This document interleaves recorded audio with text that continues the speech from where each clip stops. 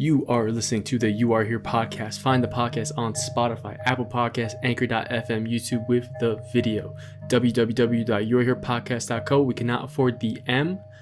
And we're here, guys. I want to preface this episode. We have Jim Parrack on the podcast. I want you guys to show some support for Jim. Long-time guest of the podcast. Love him. He's on a new show. He's about to do his second season of 911 Lone Star. Check it out on Hulu, Fox Now, and a bunch of other streaming sites. I just want to go really quick. We had a little bit of technical difficulties with this podcast. Jim was out on the balcony of his apartment. He's out in Cali, and he's just overlooking this beautiful, beautiful beach. And it really just is amazing how many people are out there choosing to be with each other in these trying times with COVID, with all the shit going on in the world. It's just a beautiful sight to see, and I think it's really interesting, just as humans, how, you know, we're kind of force-fed all this talk of how we all kind of have this hatred for each other, but kind of decide to just deal with it when we are out with our families or loved ones on the beach. And I just think that's beautiful, and we kind of touch on that, and I hope you guys enjoy this episode. So, hey guys, you know how we do. You Are Here podcast, episode 85. Let's go. We're going in. Oh my God, let's go. All right, and we're back. We Yo. had some technical difficulties. All right, We're going to jump right back And in. we're back, And I want to dude. keep that beautiful sunset that Jim gave us. And I want you guys to see that too. So we're going to keep that in the beginning. Yeah, we're keeping that. But Of we're course back. we are. And we're back in. We're Dave. back in it, dude. I want to. Maybe what we said over that sunset with like some real simple lo-fi beats, Mikey. And Yeah, I got you. I can do that. Yeah. Mikey, do you DJ or did I make that up? You like make music and stuff, right? I produce some beats. I do. You just showed me one before Yeah, we started. yeah. I just showed him something. You know this guy in Australia named Timmy Trumpet? Yes. Oh my God. Timmy Trumpet. That's that old shit though. He's on some new COVID. Really? Oh, dude, he's like live casting every Friday from Australia. What? And he has parents Shout all out. over, and he just puts it on YouTube live. And in the back you can see the Sydney Opera House. Whoa. Wow. And he's got his trumpet, he's got his instruments, he's got his birds. It's like, He's a legend. yeah. Sick. He's one of those guys you look at and you're like, all right, you know, everybody has their own version of living their best life. Timmy Trumpet, just blowing his trumpet and like on the ones and twos and making music with his parrots flying around his apartment in Sydney, like he's doing it. That's Dude. sick. I'm I've feeling been to, like Australia, New Zealand. I've never been. Yeah. I've always wanted to fucking go. You've been? No, I've never been. No. No. Bro, I've been surprisingly few places out of this country. Like I'm surprised that knowing my interest, I haven't gone more places than I have. What's like the most favorite place you visited outside of the country? Oh, outside of the country? Outside. I knew you were gonna throw out 120 Texas. Yeah, I'm glad you didn't ask that. No, I you know what, man, the English countryside is pretty tough. Oh. Like, in London's like you can feel it. I didn't get to check it out enough, but we went out there a few nights, and awesome city. But the English countryside is, I don't go. It's weird. Like my taste for what I say like that's beautiful is pretty diverse in terms of scenes, like scenery, types of topography and stuff. There's nothing more beautiful to me, like not the mountains, not the ocean. It's really weird. Than the kind of beautiful places in the place I grew up. I mean, so like a pretty pasture and like a real pretty wooded area and some wildflowers maybe, and it's like it looks exactly like England. If you're going north from London on some of the highways, like towards Wales, I did that one time, and I was taking pictures, sending them back to my family in Texas, going like, doesn't it look like I'm driving from our house to my grandparents' house? And it was like, it was so cool because, you know, a lot of my family, like the majority of my family, are from those little islands over there. Yeah. Oh wow. The place looks the same. It's crazy. But it was really, that was a beautiful place, man. And I was there for their version of fall and their holidays and stuff. And Yeah. it was you could definitely, like, honestly, I could see that being a cool place to just go do life. Yeah, I feel that. Just be like the weird American from up the road. And, Yeah. But it was, the people were super, super friendly and welcoming and gregarious. And then that countryside is like, it's unbelievable, man. It's Damn. really- I'll tell you what. I'll tell you a secret. Mhm. The only like I don't know, the only thing I could see when I think of northern England and like the countryside of England, it's really beautiful to me in my mind, but it's because I draw from a film that I watched probably 40 times growing up. No. You're gonna kill me for this. What's it Charlie called? Countryman. It's what no. That's Bucharest. That's Bucharest. 40. Yeah. Yeah. 40. Get out of here. That definitely 80 for Charlie Country. Say 40 year one. Yeah. Sorry, Dave. What were you saying? Holiday. Last Holiday. Lord of the Oh, Rings. great. Have you really watched that? Yeah. Jude Law and Kate Kate Winslet. Winslet and You really watched that? I've seen it. I don't That's- watch it. I don't like. No, but like she has the little cottage out in the English countryside with the chimney and everything. That's it. Beautiful love story with Jude Law and they swap their vacation homes with their regular homes with Kate Winslet and Cameron. It's a beautiful movie. It's a beautiful. And also that was my first like, oh, that's what LA's looks like. Big mansions and Right. They go to the hills or something, right? yeah. So and Santa Ana winds and the music playing behind. I was like, dude, I'm swept up. You know. So that was But then I made it out to Cali. My boy brought me out to Cali. March 1st. March 1st. I want to talk about this trip a little bit. We'll get into it, dude. You keep saying. Well, there's so much to talk about it. So we went to where Jimmy's at right now, and it's not in LA. It's like outside of it. It's slow. It's open. It's fucking beautiful. I remember the plants being like Jurassic Park plants, dude. Palisades Park, driving through there, the Palisades. Yeah. Dude. Yeah. Oh my God, it was Really? insane. Yeah, and we get to the place. We're literally just like Oh, no, Palos Verdes. In Palos Verdes. Oliver. That's it. Right. And we were all like, and you were like, this looks like Italy. Yeah, it was insane. It was insane. Really? Yeah, and I just remember like we did so much shit. We the first thing we ate was crazy. The first coffee we had, I remember being like, this coffee at Rockefeller's. Yes. Yeah. Damn. And then we went to we went to the original Playhouse West. So we went to the OG spot. Oh man, that was so crazy. Met Robert Carnegie. Yo, that was crazy. I forgot about that, dude. Dude, we did that. We went to a burrito spot on the corner. That was like the best fucking burrito I've ever had. Cactus in Studio City, if there's any LA peeps. Yes, Cactus and Studios. Shout out them. And they had, what was the drink? Horchata. Horchata. That was my first horchata's so horchata, good. dude. Really? Unreal. And Chico. The Topo Chico water. shit. Yo, Mikey, the salsa and the meat itself is so spicy that if you don't drink the horchata, you're toast. So it's like, yeah. Did you think, Dave, it was like fire hot, but it was so Yeah. that horchata just cools it all down. Yeah. Oh.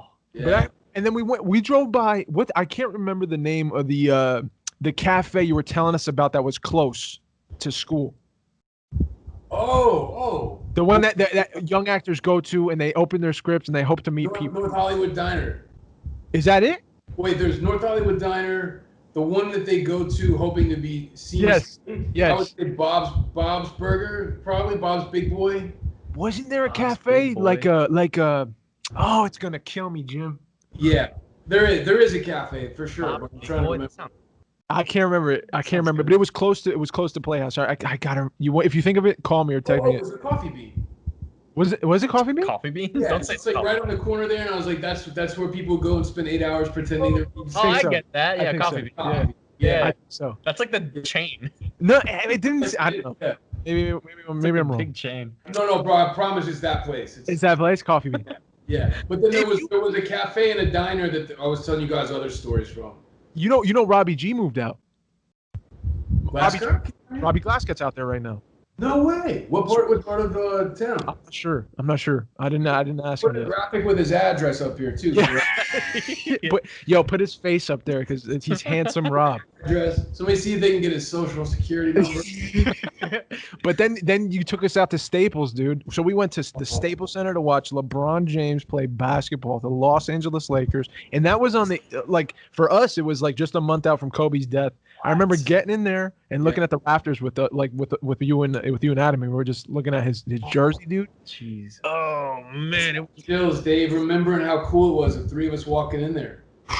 That's We not. got there early and had that meal, and then we were like, damn, we're going to an NBA game together at Staples Center. We're gonna see LeBron, and they were playing Philly, which like that's in you guys' neighborhood, right? If you're a Jersey boy, that's one of the teams you like, right? yeah. Hell yeah. And it was and like we didn't really have a horse in the race. I think we kind of ended up just rooting for whoever was making good plays. I remember Lakers won, we went fucking crazy like we were Lakers fans, even though it was good, we don't care. It was just fun, dude. Yeah, it was unbelievable. And LeBron broke for that one fast break and jammed it. I've never seen that in person before. Like I never thought I'd see LeBron James run as fast as he can with the basketball down the court and fucking dunk it as hard as he could. Smash. It was like not human. It was like the best athlete I've ever seen in person. Yep. Easy. Damn. It was like a different speed. You can still see there's moments when he's just like, damn, that's like 25-year-old speed for a burst, or that's 25-year-old ups Yeah. for that one dunk a game or something, where it's like there's like one play a game, that guy, where it just seems like, no, that's 24, 26-year-old him Yeah, yeah. playing that game. Is Yeah. that dude, somebody bumped a little steal out and he scooped it up at midcourt, and less than a second later, everybody was cheering what had already happened. And they were Insane, dude. oh yeah, that was good, bro. Fucking nuts. But everybody was getting along. There was so much love in LA at that time. Oh Yeah. yeah, man. Oh yeah. So united over this. It was. I forgot because of the Kobe situation, dude. People were being cool and traffic to each other. It was a beautiful thing, man. It was awesome to be. It was like surreal. It was surreal. From this city, right? And Yeah. there's you could do that about any place, and like I'm finding my way. This isn't like the city that I feel best suited for. Right. Grateful for being here now, what we're doing here now, but it was the most beautiful thing I've ever seen from this city. It was like everybody showed that, for whatever you make of this being a surface-oriented place, Yeah. that like they had all let this guy into their hearts, and then they all what was going on in their hearts out with each other, and it was really, man, like it made me like feel good about being here for a little. I was like, wow. And you guys caught like the tail end of that, where that was just getting funneled into like the hopes for a run at the chip. Yeah, that's Like right. that Kobe energy, it hadn't been broken up yet, and so that whole arena was injecting that team with like the spirit, right? And like Yeah, you could feel it. yeah, you could feel it. You could feel it. Everyone had that. I didn't want to be corny, man, to you guys, but I was like, a couple of times I wanted to turn and be like, yo, don't you just feel like there's something here, like that he's here? You know what I mean?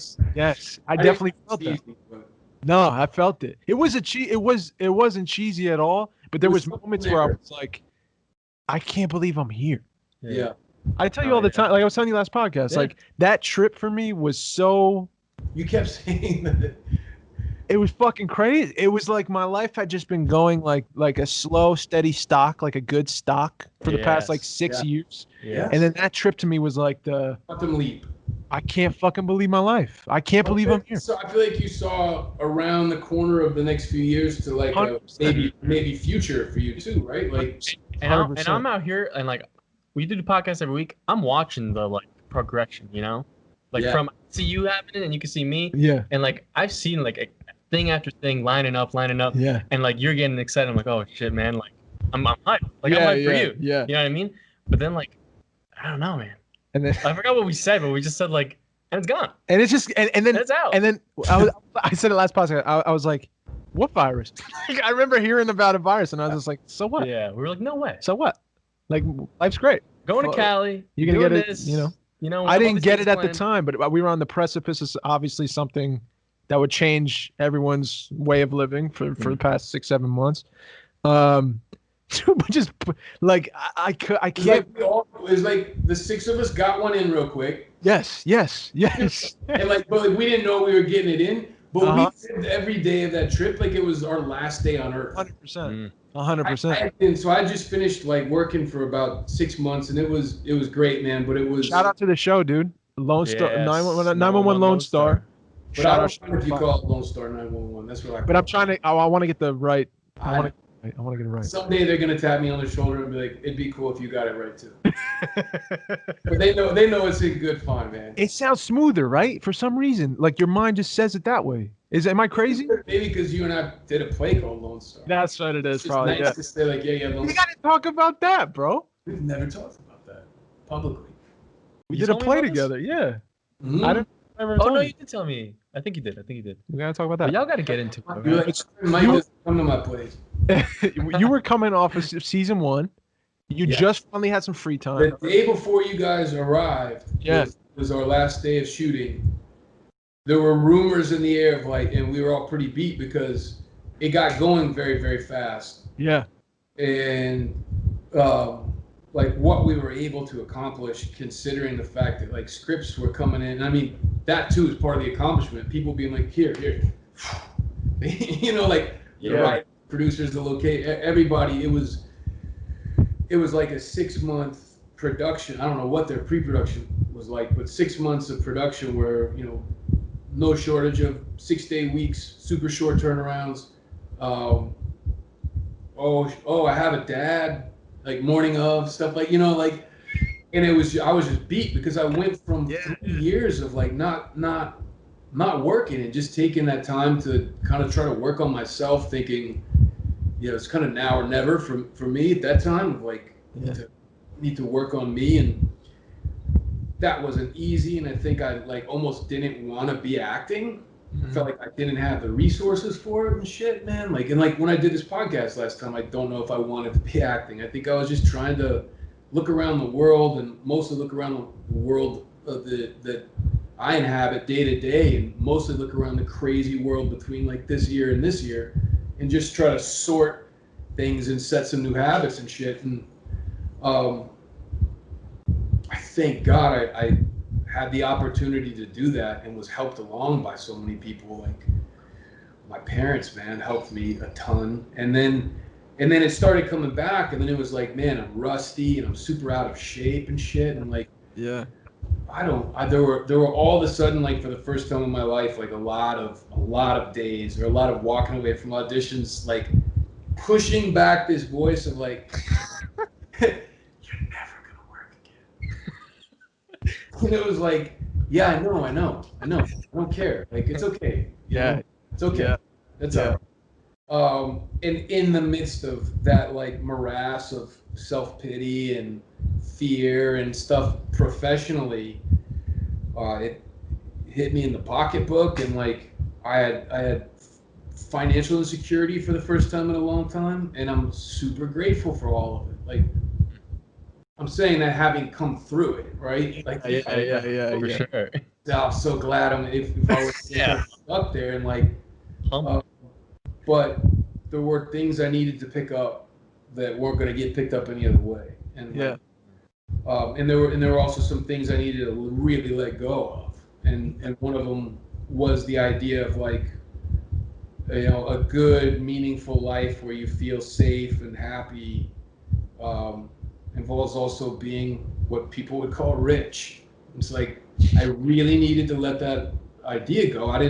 I wasn't even aware that it had taken hold, you know, but I had a pretty abrupt financial lifestyle change a few years back, and like the abruptness of that change had me feeling like I'm not okay because I just lost all this shit, right? And in reality, there were other things that were pushing me towards not being okay far more than my finances, even though they were in ruins, you know. And like I think that God wanted me to know those two things moving forward, right? Like, that's not what makes for a good life on the one hand, and on the other hand, you need to learn to not be ruinous with what's given to you. And, so that was, and that is an ongoing process, but it was 3 years almost strictly of that, apart from like play we did, some other little parts, little jobs, and then I had $192 in my bank account and owed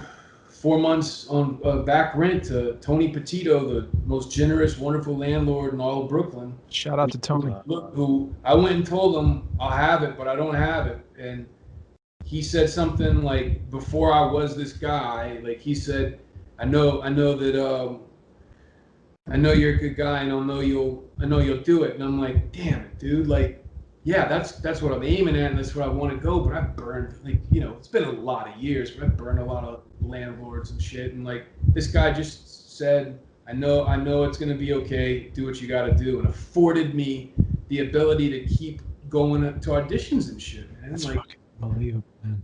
The generosity of that one person, dude. Changed. That's what I mean. It was a time of like, there were so many. My better angels showed up, man, and there were some real familiar faces, and there were surprises, and there were new people, and you know, that those are the people that I kept my attention on for 3 years. The people saying, "Hey, come this way," you know, we love you, we care for you, but this is the way. Like, that's who I kept my attention on, you know. And so I got this call last September 3rd, when we were coming back from Vermont. We had just been there for Haley's birthday, and I didn't have the money to go to Vermont for her birthday, which is why I had $192. But you know, I'm still that dude that like hasn't figured out how to manage those things well. And I was like, man, it's her 25th birthday, right? And like, her family, like, we're going, and the money thing will straighten out, right? And so I rented the shittiest car I've ever rented in my life. I didn't quite fit, and like drove to Vermont with this, you know, and then drove back from Vermont. And then what kind of car was it? Do you remember? Yeah, it was what's the littlest Nissan? The little not the Sentra, maybe the Sentra. Versa. Sentra's the littlest one, right? No, the Versa. Versa. It wasn't a Versa, so not the littlest. It was probably Sentra. Okay. Yeah, I don't think I could do a Versa for 2 cents. I had to drop this car off in New Jersey where I'd rented it. Yeah. And I was out there, and my agents called, and I answered the phone, like, "What are you doing?" And I was like, "I'm dropping off this rental car. You're in New York?" I'm like, "Oh, I'm in New Jersey." Like, "But you can be in New York?" I said, "Yeah. What's up?" And they said, "Do you remember when you auditioned for 911 Lone Star?" I said, "Yeah. I thought that was gone." Like, "No, we just hadn't heard anything." And it's you and another guy. They want you on a plane to LA in the morning, and they want you in the room auditioning and chemistry testing with women that might potentially play your wife on Friday. Dude, I remember that call. And everything slowed down so I could remember that call. Because here's the first thing that hit me, like, apart from wow,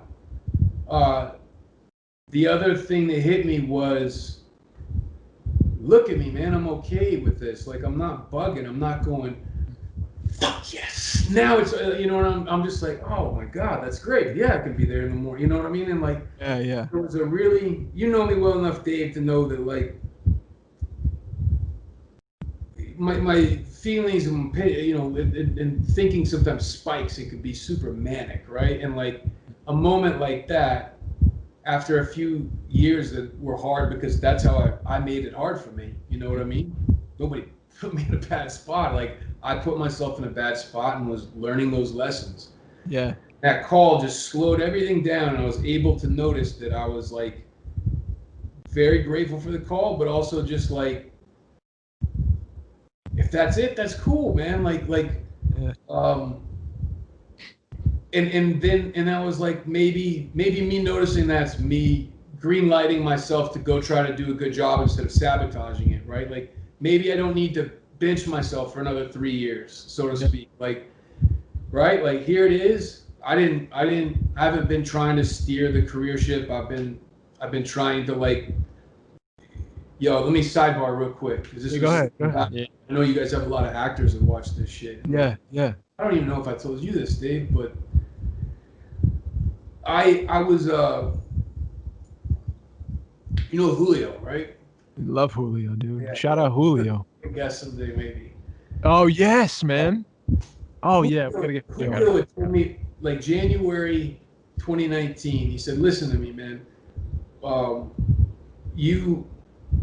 you're a guy that's flawed and made his mistakes and everything else, right? He said, you really did that. You're really facing that, and you're really living different now. He said, but hey, you have to stop aiming at not just being not someone you hate.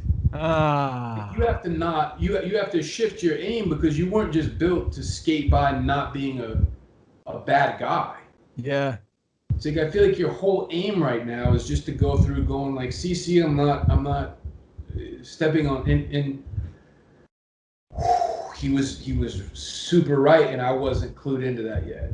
Yeah. Right? And as he was saying, I felt all this embarrassment, not for him, just for not having seen that, in a different kind of way. Like I didn't notice it, man, but it was a different kind of negative way of trying to control life. Like, if one way is I'm gonna force all the good into my life, Yeah. I was trying to control life by saying, hey, I don't want any more ups and downs, and I don't, and in exchange for that, I won't go after anything. I'll just try not to make mistakes, and I was satisfied because there was a community of people there, like, helping each other try not to make these mistakes. And Yeah. it's like, that's a good enough life for me. And he said, hey man, that was part of it. You can't be honest with yourself and say that your maker intended you to go through this life only trying to not make mistakes, right? Man. Intended you to aim high, right? And there's been evidence for that throughout your life. And I realized that I still had a lot of embarrassment about, after making enormous mistakes, about being somebody that, like, could be seen aiming high again, man. And it was like some tools to get over some kind of self-hatred that I've dealt with for a long time. And then, like, here was this new head, like a new brand of self-hatred that could grow out of it. Like, don't you look stupid aiming high after all the mistakes. I remember that talk. I remember that. It's really, like, heavy, and I didn't quite know what to do with it, but Julio, like, bang, bang, like, crack, right? And then I talked to you and some other people, but here's what did it. I was on an airplane to LA, and I was flying out here to, Julio and I were working on a project, but I had a couple auditions in my agency schedule while I was out here. And one was Fast and Furious, and one was this which was that? This show Swagger, this Apple TV basketball series. KD, right? Yeah, KD and Ron Howard. And I'm watching Conor McGregor on the Tony Robbins podcast. Oh shit! I just watched that. Then you'll remember exactly the moment I'm talking about, when he talked about the 2 years leading up to the Khabib fight. Yes, dude. In the period of self-destruction after the fact, right?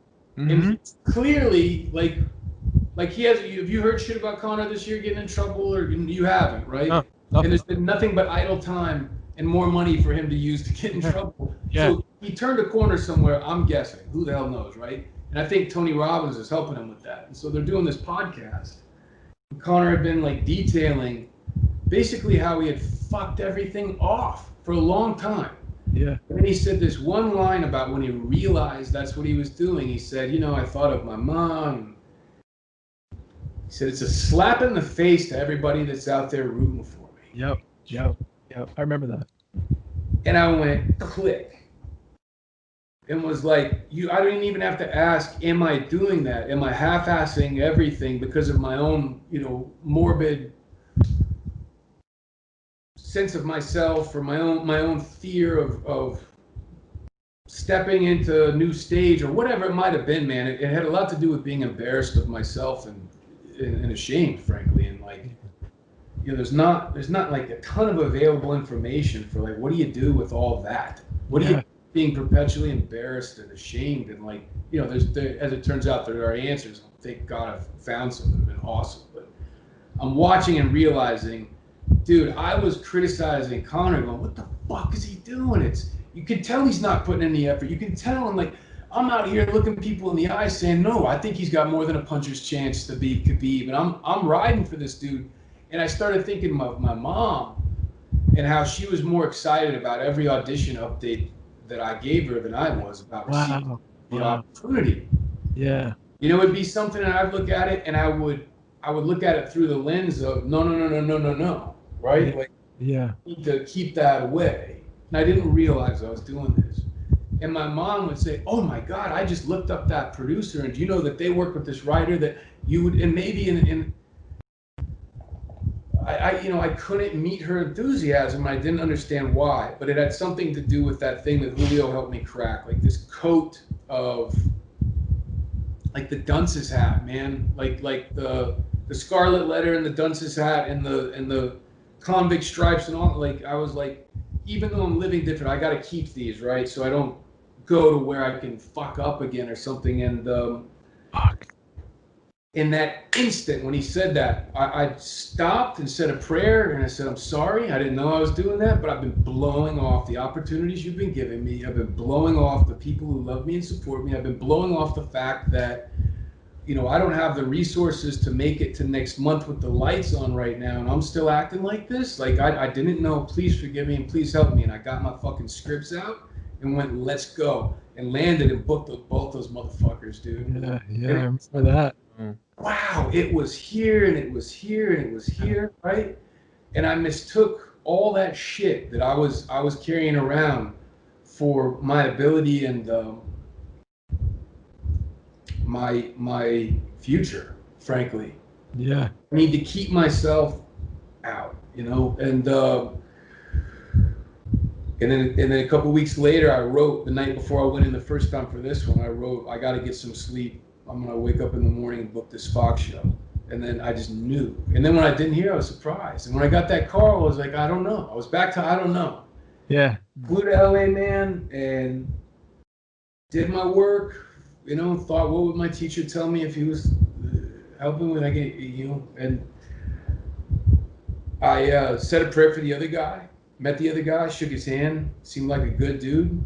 Yeah. I went, how cool. I said, "God, if that dude gets it, what a gift, man. Thanks for just putting me in the room. Thanks for the free flight to LA," right? So I felt good. I felt comfortable and I felt relaxed. And 2 days later, they said, "That's the deal." And I came out here for what I thought was going to be 3 days. That's right. Like a fitting and another chemistry read with some people. And I haven't gone back, dude. Like, Brooklyn apartment's empty. Somebody else is living there. Wow. Yeah. And it happened fast, man. And I think that, like, if there's any value to that story at all, that somebody else could extrapolate, it's that, like, dude, sometimes you hit these patches of road that are emptier than fuck. Mm-hmm. Like they're not pretty. And that maybe the best thing you could do in that moment, like, in addition to just keep walking, just keep on walking through that patch of the forest, right? Is to start saying, is there anything I haven't been looking at that I'm carrying around or fooling myself about or whatever else that's, like, maybe causing this long stretch? Yeah. And my guess is the answer will probably be, yeah, there's this thing that's got to go. And it might not even be the thing that's got you in the woods, but as long as you're in the woods, maybe that's a good time. You know, it was a good time for me to start picking up gently some new things, clumsily and badly, frankly, dude, and putting down some old things fucking reluctantly and stuff, and selfishly and resentfully, like, you know. Yeah. Yes. Let me keep my smallness that at least makes me feel safe and unjudged and unseen, right? And then I won't have to cope with my chronic embarrassment. Mm-hmm. And instead, that time was like, nah, man, like you're gonna feel all the nasties and all this stuff too, but you're gonna be on a track, and it's not the track you picked or designed, but it's gonna be out of the fucking woods. Yeah. And what I brought with me from that time too is, like, I really thought I had divorced myself from the idea of my present employment or occupation or success or whatever with my identity. I was so wary of that, and it didn't rule me like I've seen it rule some people. Right. But it was like a deeper thorn in my side than I was willing to acknowledge. that it really did. It really was going a lot further with my own sense of myself than I had ever wanted it to. And, you know, one of the good ways to not feel that is to not fucking really try. You could say it's not failure, it's just time out, you know? Yeah. And then I heard Connor, who I've been just going, come on, dude. And he was like, yeah, bullshitted myself into thinking it was just a timeout. But really, I quit trying. I quit fucking trying. Yeah. And the second thing is, like, when things go good and they change, like, you know, when we've had some friends, like Van just boom. If you were watching from around her, you know, from a 10-foot circle, you'd say, oh my God, all of a sudden she blah, blah, blah. But yeah, that's how it went down. And it did happen fast. And like, that's real too. And adjusting to that's real too. And it's going to be for everybody. But she's like 8 years or 10 years into doing something about her acting every single day. Every day. Yeah. Like, maybe that's not the lightning thing, man. Maybe that's the way the transitions happen. And I think that is the way transitions happen, is like not generally with very much warmth or heads up. Right. Yeah. It's usually a little like when the power goes out, or suddenly somebody suddenly hits the lights and you wake up. What the fuck? You know, like that's how transitions typically go, I think. Yeah. But the momentum that may be initiated, that inertia, is long game shit. Yeah. It's bubbling and boiling underneath, and it's like the actions taken by that person and whatever constitutes that person bubbling around without them being aware, possibly. Yeah. If you're in the woods for a minute, it might, for me, man, that was a gift, because, and I still don't know all the things I'm not aware of, dude, for sure. But like, there were a couple of good sized dragons that I could kind of like pluck the heads off of, and I'm still trying to get the rest of their body out. Yeah, I think it's so interesting hearing the story, because I watched the 911 Lone Star, just like a couple episodes, because I didn't hear about it before, but I want to, you know, go through. I want to go through because obviously you're in it, and it's interesting. Like, the character you play, did you like in any way, like, from that story? I'm like, damn, like, your character is basically coming back, you know, trauma, like a trauma past. Yeah. And in a way, you're almost coming back to like a role like that, right? To like acting in that way. Like, did you ever have like any connection like that? The part at that time was so much more accessible and available and intimate to me than even the Texas element. Like, compared to that element, the Texas thing just seems super, super surface. Yeah. With the thing that clicked, like, that was the obvious stuff, but I was like, same, bro, and good eye, right? Like, and good, cool. That means the show's making sense, right? That's cool. But when I finished it, I went, okay, what's the real dilemma? Well, life as you know it is totally different now. And it's not better. And I went, let's just stop there. What the fuck are people like when that's, and that was a super broad stroke generalization, right? Like, life just changed, and it's not the way you wanted, and not for the better. Yeah. It just, you might say, it got bad, right? Yeah. What's that like? And it was like, you know, the first thing it's like is you don't know what to do about this change. You just don't know what to do about anything. You don't know what to do, and the things you do are probably stupid and wrong. And then when I read the second episode, I'm like, yeah,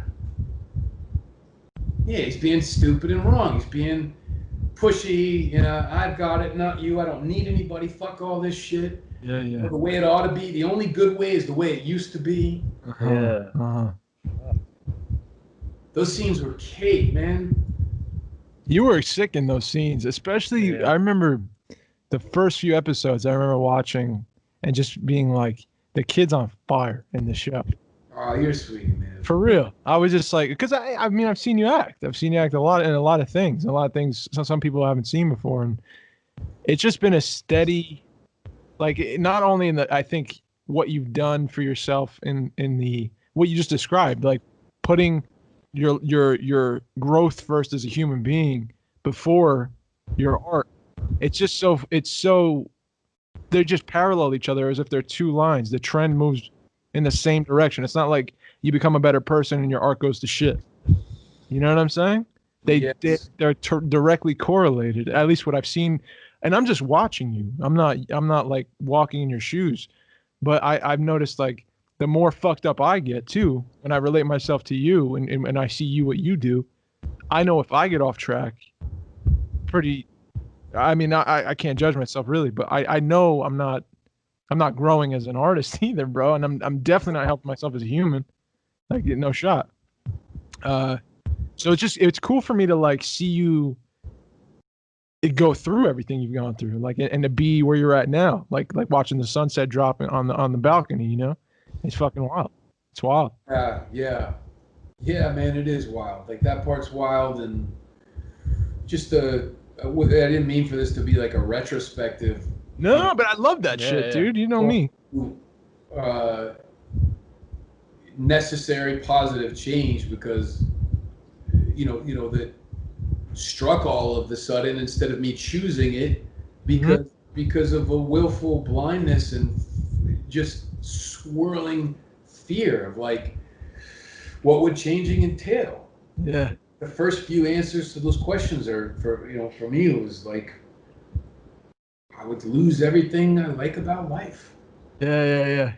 Me, man, like, dude, Wow. all the friends and like family and like I didn't know I was, when I so that's like as far as I ever opened the lid on like some real major shit with my life, man. Yeah, It's far enough to see like if you look any further, you're gonna just break down and say no, and I wasn't willing. That's called Yeah. that's called willful blindness. Uh-huh. A cop out blindness of like I didn't see. It's like I got a peek, and the fear and pride and sense of false need for things won the fucking day because I elected those things. Yeah. What I mean, and it still works the way real blindness works, Yeah. right? I really didn't see that shit once I really decided not to ever. Yeah. That's how that worked for me. And then one of the awesome things about being alive for a little while is like you start to notice little patterns like well there really is a flip side to most things, right? So that willful blindness, like what would the other coin be? And like it's what everybody knows and everybody who's living a good life is doing. It's putting your best self forward and admit your faults to yourself and others and start to dispatch with vice and slowly acquire virtue from people who've got it fucking down better than you, or because of your persistence or something. And I knew these things for a long time, bro, and they had such a sentimental appeal. Yeah. They always hit me, and I was always like, yeah. Yeah. I think my feet just fucking walked off the other way for 20 years, man, in a lot of different ways. And so like that cool sunset now and whatever I do next with my life, and I don't mean professionally, that might be part of it. Like, it's cool because it's a gift for doing things a new way, but part of the new way was like a lot of people, paid the price of hurt for me to get to the point where it hurt enough for me to get to all these changes for a new way. So like looking at it going, well, I better make it fucking good, man, like for real. And Wow. right? Yes. It's Dude, it's crazy. and that's that thing Connor was saying about like I'm not looking at it just as like people like my mom or you or somebody like rooting for me, but anybody that's been a part of these processes that end up being our lives, man, or anybody that loved me when I was hard to love or forgave me for who knows why, right? Like for a lifetime, like going back to being a little kid, just fucking stepping on everybody's toes, man. Like, if I start feeling just stalled out, like it's super helpful. Just remember, like, no, just take aim at something, man, and just start moving towards it. Because there's untold legions of people that are saying the things that are positive in my life today, and And that's where I want to shift over to what Mikey did. So last time I just randomly clicked on one of those things, it was I got no time for negativity, right? Remember that? Yeah. What was the exact wording? What was it? I You forgot. came, you came to the podcast with this. yeah. This is my new Like, mantra. this is my mantra. It And is that my was- mantra. That's a good mantra. If you just started living it but forgot what you said, that'd be a better mantra. It was something like that. Like you have no more. I don't have time or energy for negativity. It was time. You just said no mas. I don't have time. Yeah. Yeah, because this pandemic has done something to the way we think about time. Finally, we're finally re-aware of time. It's true. Yes, sir. Aware of time again, dude. Meaning, like the finitude, particularly the part. Like we're more aware, I think, of the part where there's only so much, but the trouble is we don't know how much, and that's fucking real. Mm-hmm.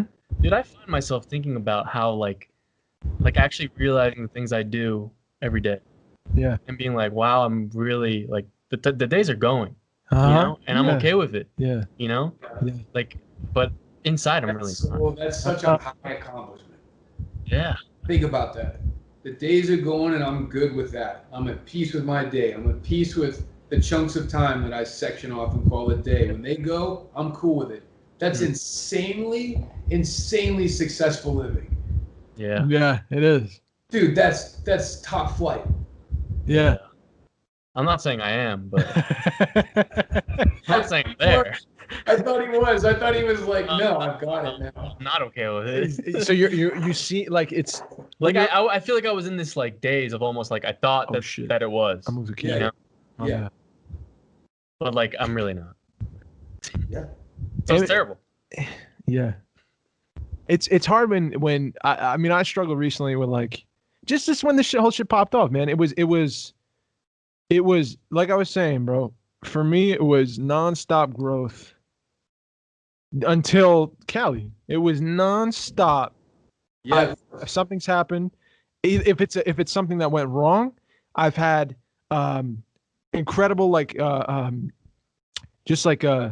people coming to me and like helping me through it, or me realizing something's wrong with me and having to change it or adjust or become aware, and then things would be successful and I'd be like, oh my god, I put my heart into something and it did this, and it led to this next thing with this person, and it would just like I couldn't believe that I came from where I came from and my life was going this way. And it was really, dude, the fucked up thing is like it's not fucked up. It's kind of when I boil it, I don't know how crazy I'm gonna sound. I'm gonna sound fucking crazy. But when I boil it down, it was I wanted to act, and I feel like that was something that was put in my heart, like a whisper almost, like just, and it kept trying to tell me for years. It was like, you know, I was lost completely in life, and then that thing would whisper and say like, why not this? Why not this? Why not this? Why not this? You should do this. And then I tried it. I wasn't at a place where I could do it yet. And I went to see your play, bro. We talk about this all the time. This is old news, but so I'm watching you on stage. So you've gone through your whole life already, right? And I'm sitting in the audience. I'm watching Jim act at that point in his life. So it started with you, and you were the inspiring like spark. Come on. I remember, for real. And I feel like, dude, I know. I pitched like it's annoying, but like I just want to like walk. No, I'm not gonna go super in depth with it, but I just want to like go through the positioning of things. Yeah. If that's cool. So it was like inspiring person doing the craft that I would love to learn about and become and have to do for myself and for others. So I'm watching him do that. I'm inspired. Bang, that spark is lit. I say, I don't know what the fuck I got to do. I'm going to quit my job I'm not doing anything but that anymore. I'm going to learn this. This dude says, weird as fuck, I'm opening a school. Same dude. So now it goes from audience stage to desk interview. And it's me pleading my case saying, please teach me. He says, yes. Okay. Then it becomes teacher student. So then he's giving me tools. He's sharpening my craft every day, and I'm meeting him every day saying, please, you know, more. Then it becomes, you know, handshake, thank you, but also like I got a friendship out of this thing. So rewind a little bit. Fucking, I'm watching you on stage do your thing. Now we're homies. Then it becomes, I don't know. It became like it became much more than just acting. It became much more than I bargained for. Like, it started from a place I could have never anticipated, and it's gotten to the point where, like, when our lives intersected, my life went like this, to the point where I was in California with you at your new place, and like in Beverly Hills meeting Julio, and it's a fucking wild ride. It's been a wild fucking ride. It is. Where like we were shoulders for each other. You're staying at my house the night before my wedding, and we're just up all night like little boys playing 2K until like 4 a.m. He torched me. Yo, but yeah, but it's been a wild fucking experience. Yeah. And I think we had a lot of similarities. Coming when we met. Is that like what you're saying? Like, I don't know what I'm saying. I'm trying to work it out. You came to the desk. I wasn't like, oh, I'll be in that guy's wedding someday. No, I mean, no, of course. No, of course not. Yeah. But it's just a fucking. I don't know how to describe it. I think I look at it all the time, and I was talking to Lena before I came out. I was like, Jim's doing the pod, and then we had that talk a couple days ago, and I was like, that's just my fucking guy. Like, that's I can't describe what. Like, I just don't. I'm not gonna get cheesy with it, but like we talked about it before. But like, it's just weird when I step back and I say, I wanted something from my life. This human came in and like we intersected in a weird way, and we didn't even know each other. And now at the end of it, like, we're doing this podcast right now, and it's your your aquarium's behind you. It's crazy to me. It's just crazy the way life's moved us. Dude. We play together that was like for nothing in a hot ass upstairs and I remember acting with you in the first rehearsals. I was like, this guy's gonna fucking eat me alive, son. I shouldn't even be here, bro. I remember being so scared, man. And we were homies at the time, and I was just like, I'm not on that par. I can't keep up. I can't do it. From the dude that taught me how to do it. Like, I can't do that. It's like learning from Kobe how to do a step back. You're like, that motherfucker's gonna torch me with a step back, So we did a play in Brooklyn. This was 2017, I want to say. 2017 summer, hot. Sticky Brooklyn. Hot summer. And we did Lone Star. Who's the writer, playwright? McClure? James McClure, yeah. James McClure. And we played brothers in it. And I still think it's the greatest thing I've ever done and ever will do. We say, like, I don't know, maybe literally once a month. We're like, let's get Aaron Johnson, KB, and Adam and Valino. Let's do it. And then we're in Texas this year. We're like, let's do it in Texas, man. Let's get deeper, bro. I would love to. It's like there's good meaning in those plays, man, and there's some real depth in those plays, but above all else, they're just terribly human and fun. Yeah. Terribly just human. They are fun too. They capture those like the bigger themes ride, and they're sensed all the time under things that are happening that could be mundane and could, especially with the Laundry and Bourbon play, they could be, except for right from the beginning, you feel this like seismic theme, right? Because it opens up, and she's looking off, and she's in fucking tears. Yeah. And then her friend blows it and shows up. And so like whatever happens next, however mundane it is, it can't live that way. And I was directing the girls in that while Adam was directing us in the other version. And there's 2 plays in it. It's like James McClure wrote 2. It's 2 small plays, two plays that go hand in hand together. Make one night of theater. One night of theater. So it's Laundry and Bourbon, and it's 3 women, and then it's Lone Star, and it's 3 men. Is this the one with the brothers? Your brothers or something? Me and Jim were brothers. Yes. And we got in a scuffle. Yeah, I heard about this. Yeah. You told me. Yeah. Oh shit. Yeah. That show was it was cool because like it wasn't for anything but us. You know? I was so scared to death, dude. So I was gonna say about when you were saying about when we started, because I was like, I don't have any desire to act really right now. I have a desire for normalcy, and I'm usually acting in something or doing something, and you know what I mean. Like It's normalcy. That becomes I'm doing good if I'm acting. That means I'm doing yeah. That's one of those things that I hadn't noticed. Like if I'm acting, I'm doing okay. It's like this isn't a way to be wrong about fucking everything, right? Yeah. It'd be like if I've got music on, everything's fine. Yeah. Cool. You say so, right? And Sure. blindness. And we did this play. It felt comfortable. Like I had played Dave's part before when I was a young buck. Oh wow. It's great. Dave even, and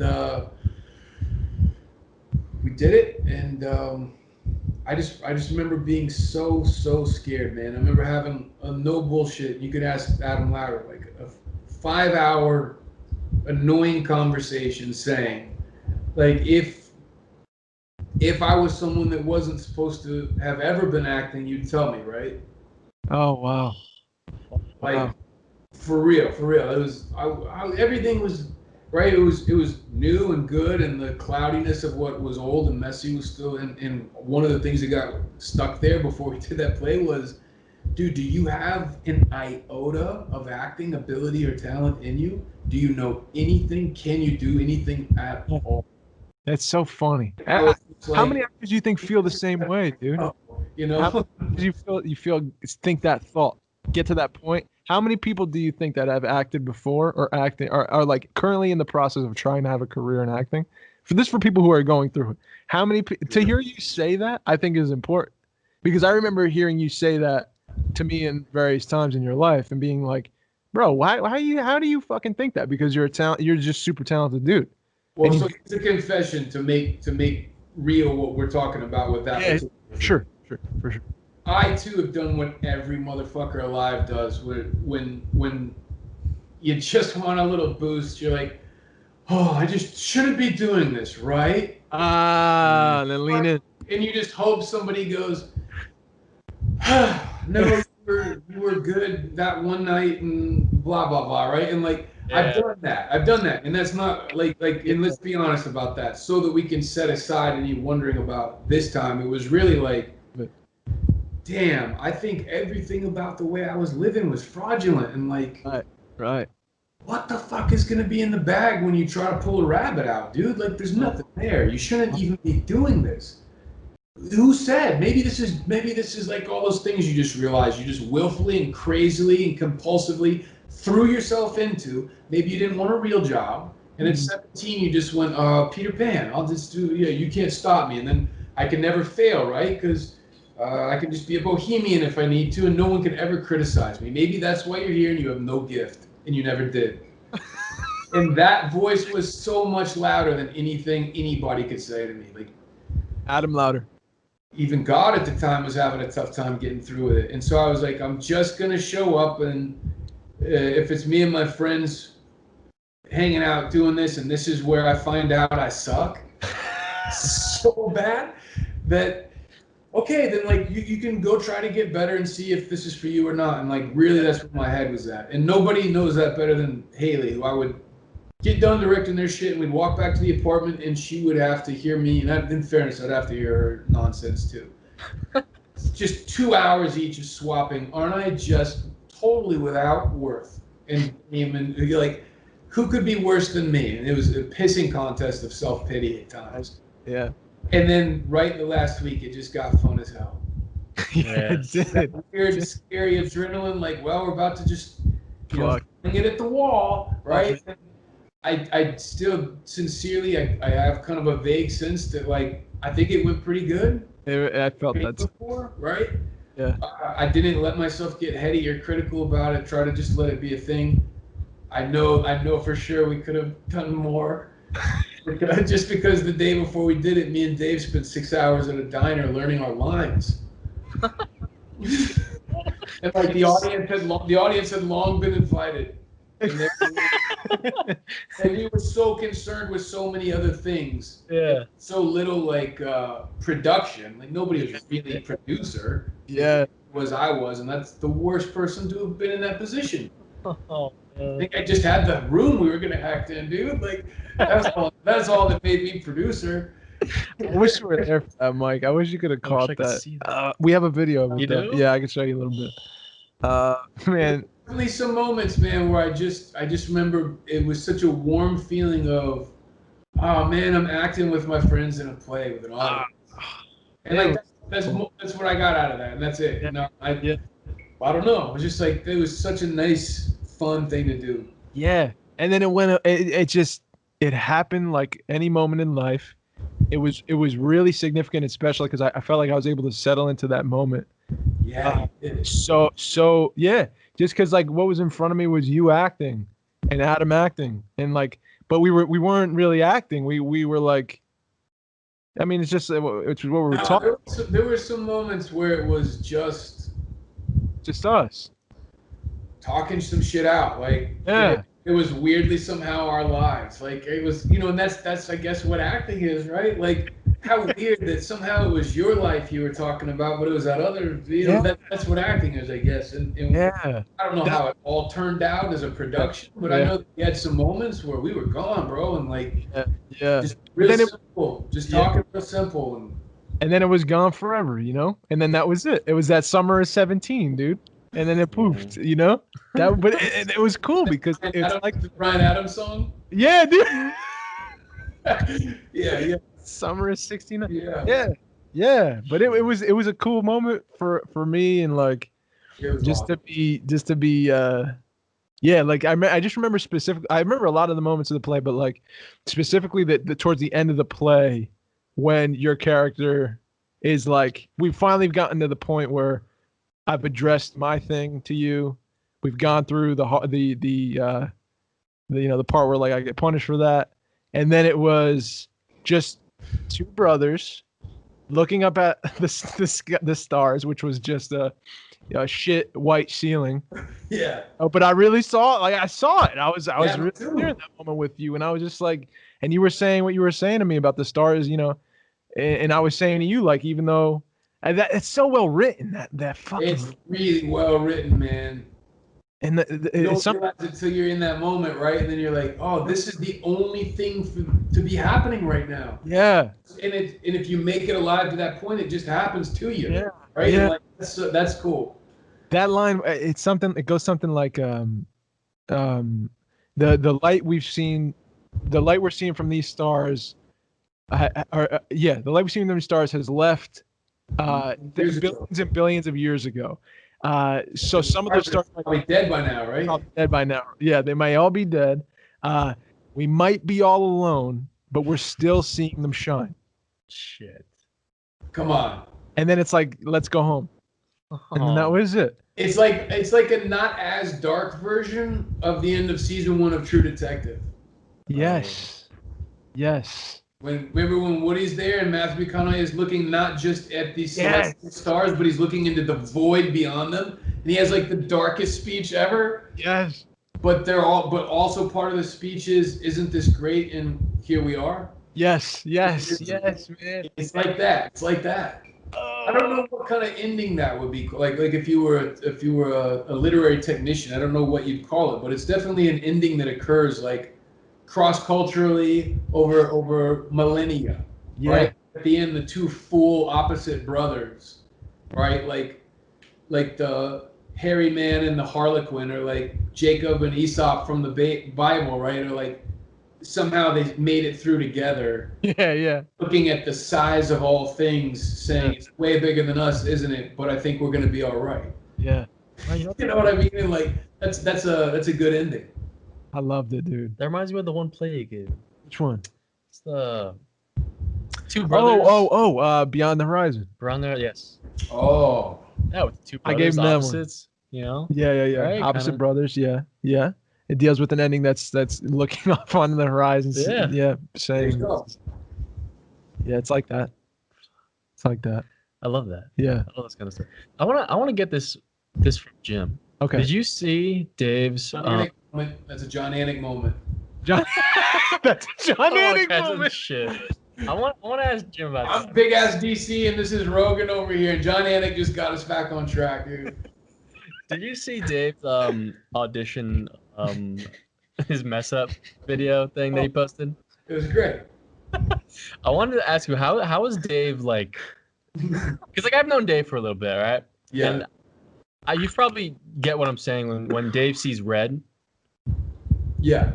When that switch flipped. Times, yeah. How was can you tell us about how Dave was like when you were when he was learning, when he was in class and stuff? And I don't know, I just want to know like how he was back then. What student he was? Yeah. He was a really good student. He was very eager. Which is like the first thing, like, but here's what I mean, like he was eager about the right things. Like he was, like he was saying earlier, super excited about it and really sincerely wanted to learn. I think probably, and Dave's, we've talked about this, and it's a quality we both shared at that stage of our lives. So I don't think you'll mind me saying. Say whatever you feel. You can air it out. We were way more eager than able to pay attention in the beginning at what the fuck we were supposed to be learning. Fuck yeah. Right? And we've both talked about that, like how the lessons always seem to boomerang instead of like, here, like there were students, man, like Pamela Rodriguez was like this, and Paloma was like this, and there were plenty of students that were like this, where you would give them the new thing, right? And just their personal character as human beings was to go and do it exactly as it was presented as most valuable, right? So if the new thing was this and the assignment was boom, boom, boom, boom, boom, that's what they do, every detail just so, not adding or subtracting, not skimping or half-assing. And so always the first fruits of what they did was strong, you know, and it was of course the credits to them, it was their gift and their choice to try to do things the way that works, right? But it was also a cool credit to like, cool, this thing that we're all, you know, that I was learning and now I'm teaching is real. Because the first time when somebody used it, you know, it bore fruit. Yeah. In front of everybody. You know what I mean? And Dave and I weren't those guys. Right? Dave and I were the like, I hope I'm saying, yes, sir, I understand in a way that my teacher likes me. Or you know what I mean? Like, I can't hear what he's saying.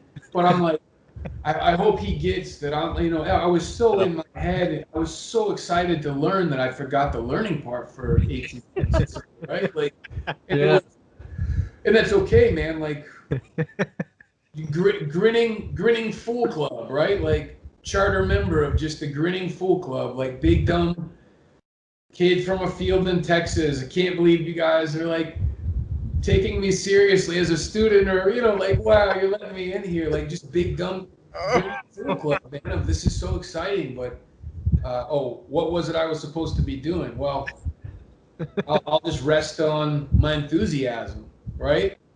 And I was like that, and Dave was like that for a while. What do you say, Dave? Big dumb grinning fool club, dude. That's gotta be on a T-shirt, bro. Hey, I mean that proudly, bro. No, like, I know. Yeah. I don't like step back from that at all. I'm not offended by that at all. That's definitely how I fall into life for sure. We said before we both made peace with being way more enthusiastic about acting than we're able, right? Like, I'm okay with being a dork. I'm okay with being, and in fact, at this stage of my life, man, like I'm almost 40. It's like, I'd love for like a fresh dose of just being able to geek out about it. Yeah, yes. I'm due for one of those. I need one of those. You know what I mean? Just talking about it now, and maybe that's what a like 7-month pandemic and work layoff was meant to do. Yeah, actually, yeah. Stop the routines of acting so that it could die for a little while, right, and get resurrected maybe as a new exciting thing, or be like, there's the end of winter, and look, this new crop is coming up. I'm like, oh, yeah. That'd be good timing when I go back to work in 5 weeks, right? Just freshly inspired. But that might not happen. But we were saying we're totally okay with being more into acting than we are good at acting. And I can't say that about very many other things. Like, I don't want you to see me be way more into fitness than I am good at fitness. Yeah. You're not gonna see it. I'm too embarrassed. I'm gonna keep it to myself. You know what I mean? Yeah, But not with acting. It's just like, nah, you can see it. I don't care. Like, here's my dirty underwear. Yeah. For it, dude. Like, So that's how I was as a student. that's how you started, fool. That's how I started. Don't focus on it there. That's Yeah.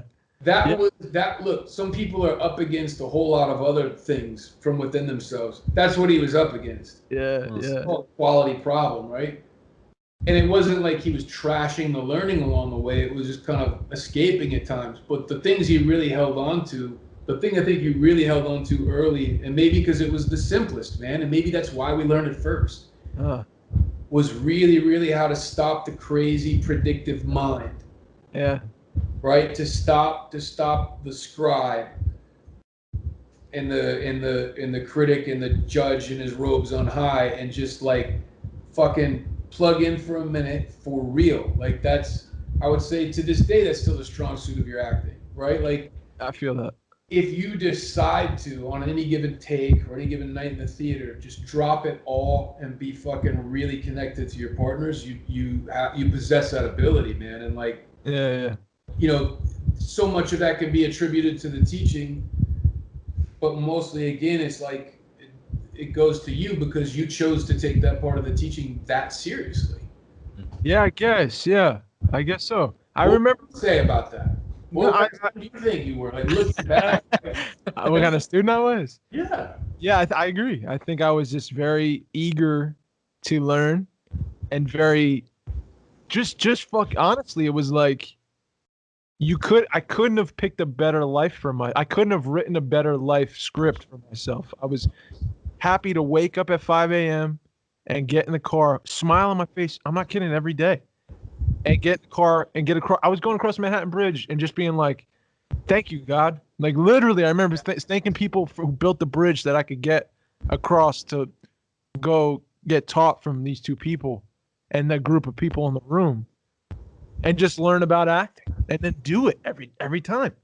It was the coolest shit. And I was smiling like ear to ear like a big goon, because I was just like, I can't write a better I've never felt better than this. I've never felt accepted before by like a group. Like I've been on teams, I've been in a few clubs here and there growing up, and like I never felt like I could be myself, and people say, yeah, Dave's here. Yes.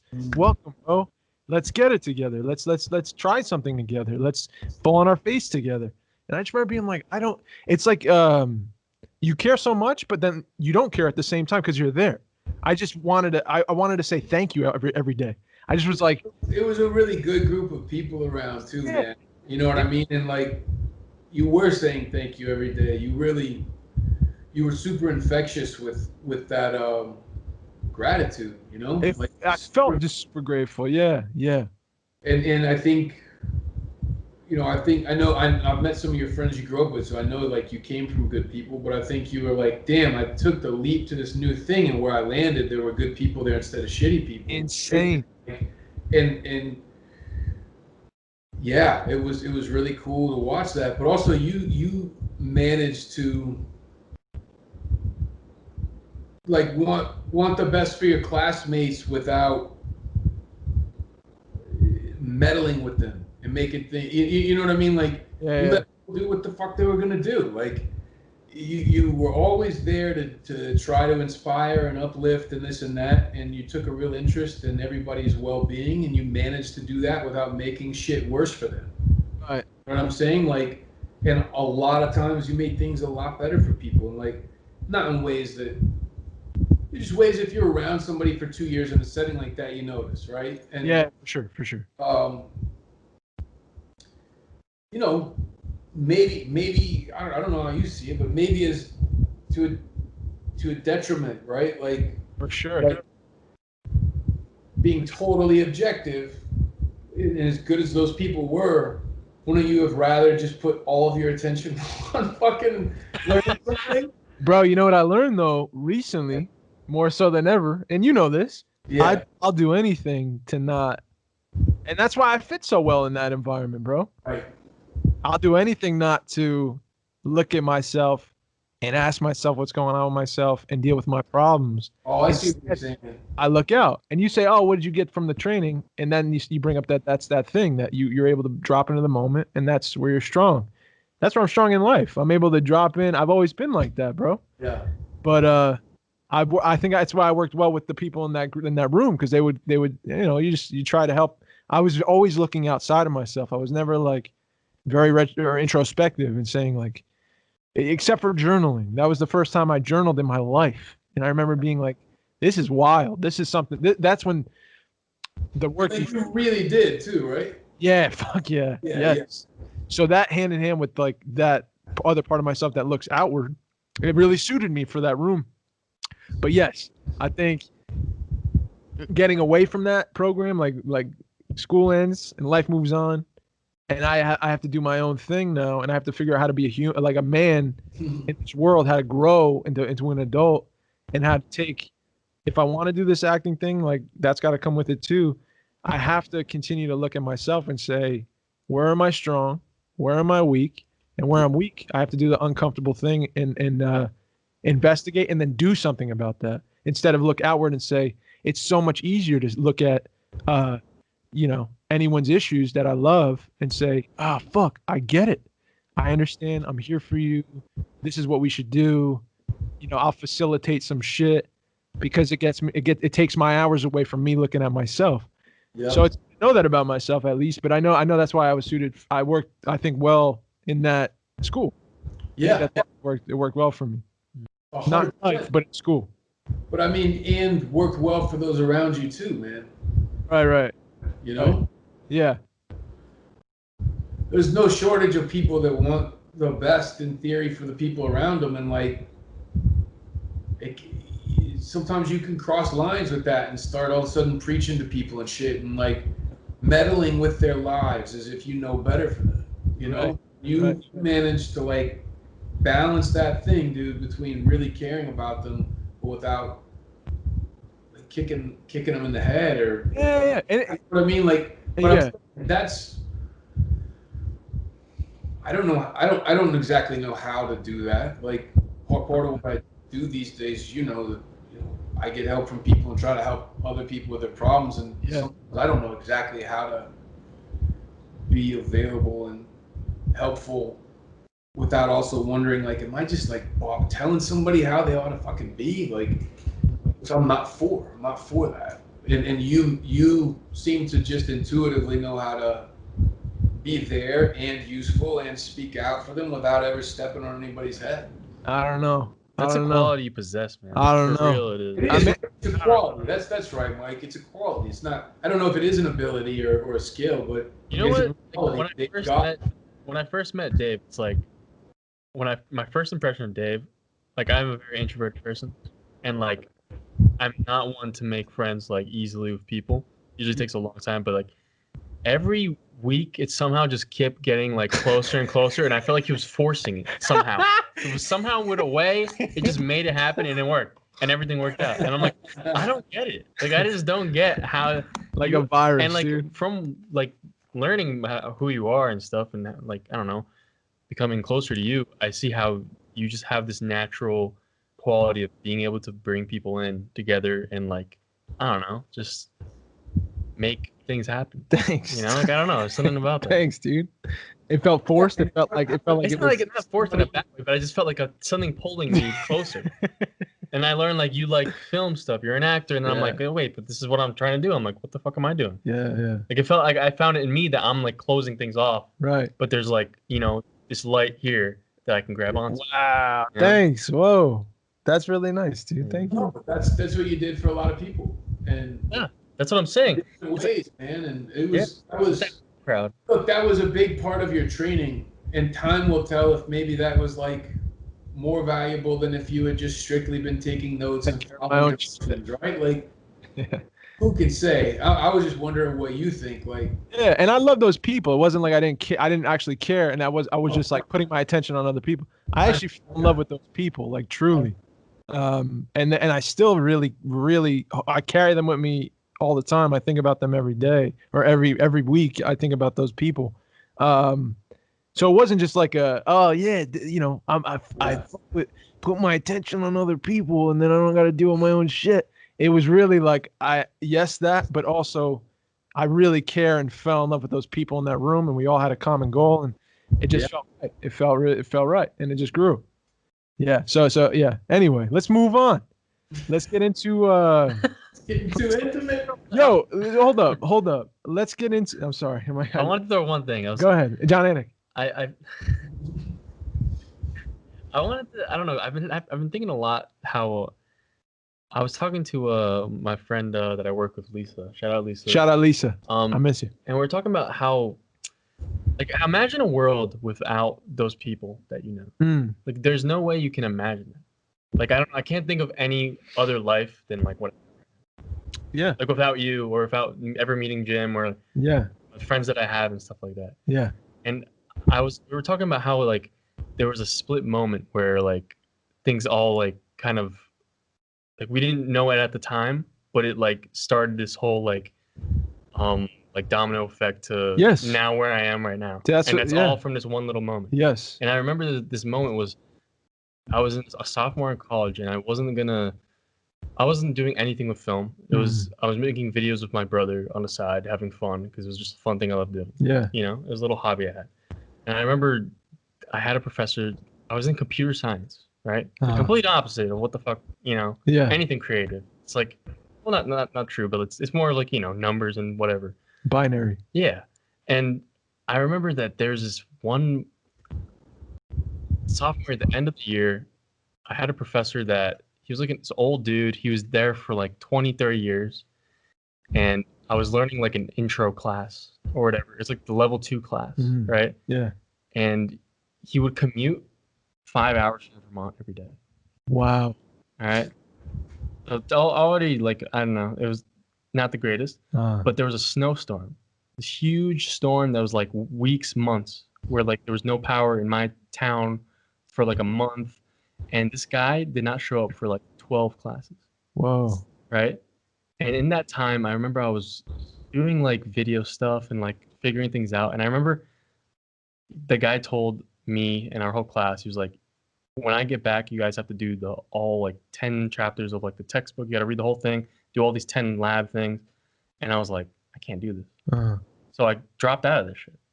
Wow. And I was like, fuck, I can't do this because I'm not going to be able to.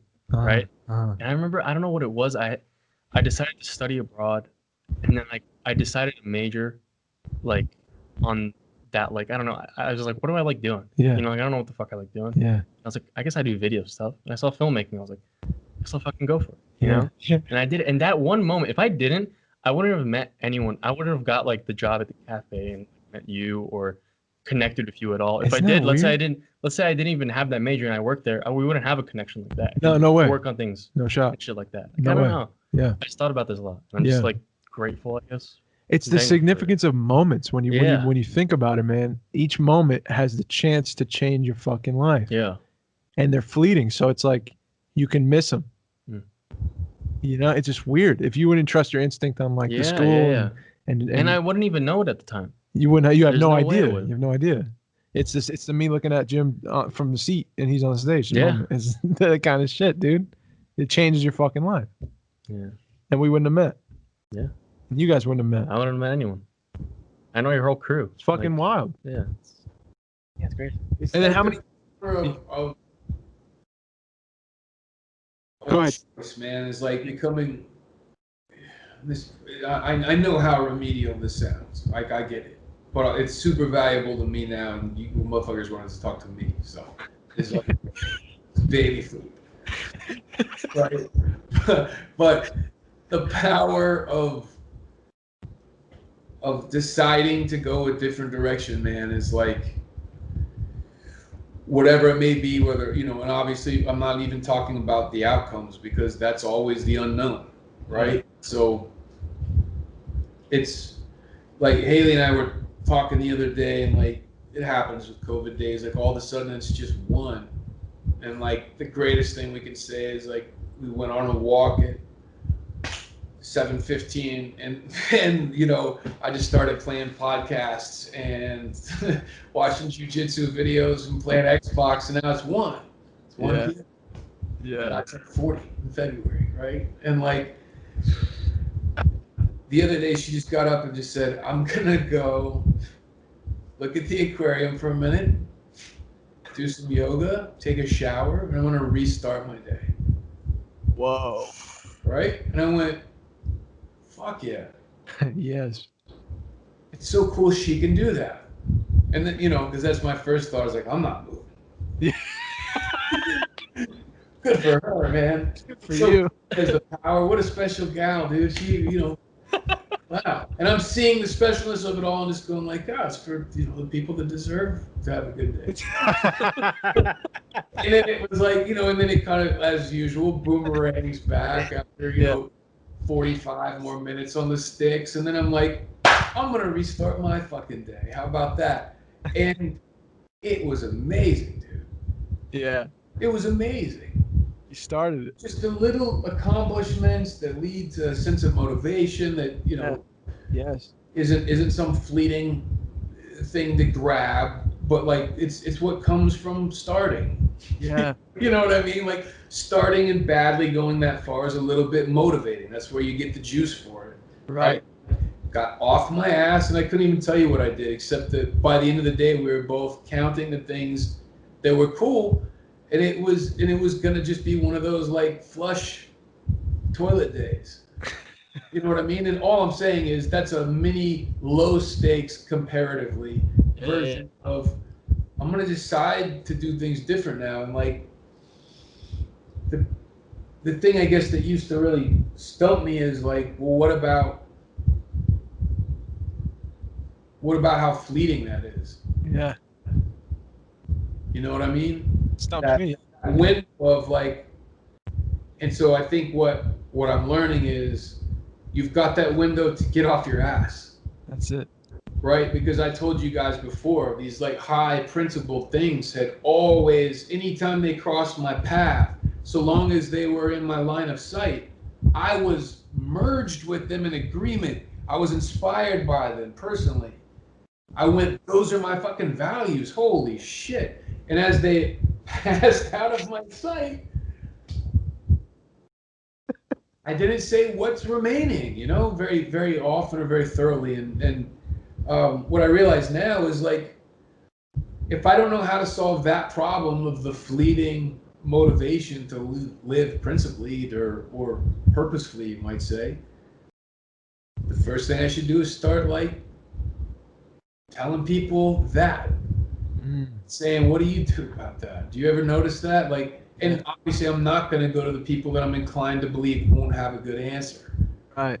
I'm going to go to the people who I think who like have something I want that maybe I can't put my finger on. Maybe they just seem both motivated and relaxed. Like that'd be a cool state to be in, wouldn't it? And relax. Laser focused and motivated and relaxed and adjustable. Like that's. Yep. I shared it with Dave, Mike, but at the beginning of the year, the Louders and Lena and Dave, Haley and I got. Shout out the Ladders. Love you. Yeah. Got Ed Sullivan's old cabin in Connecticut.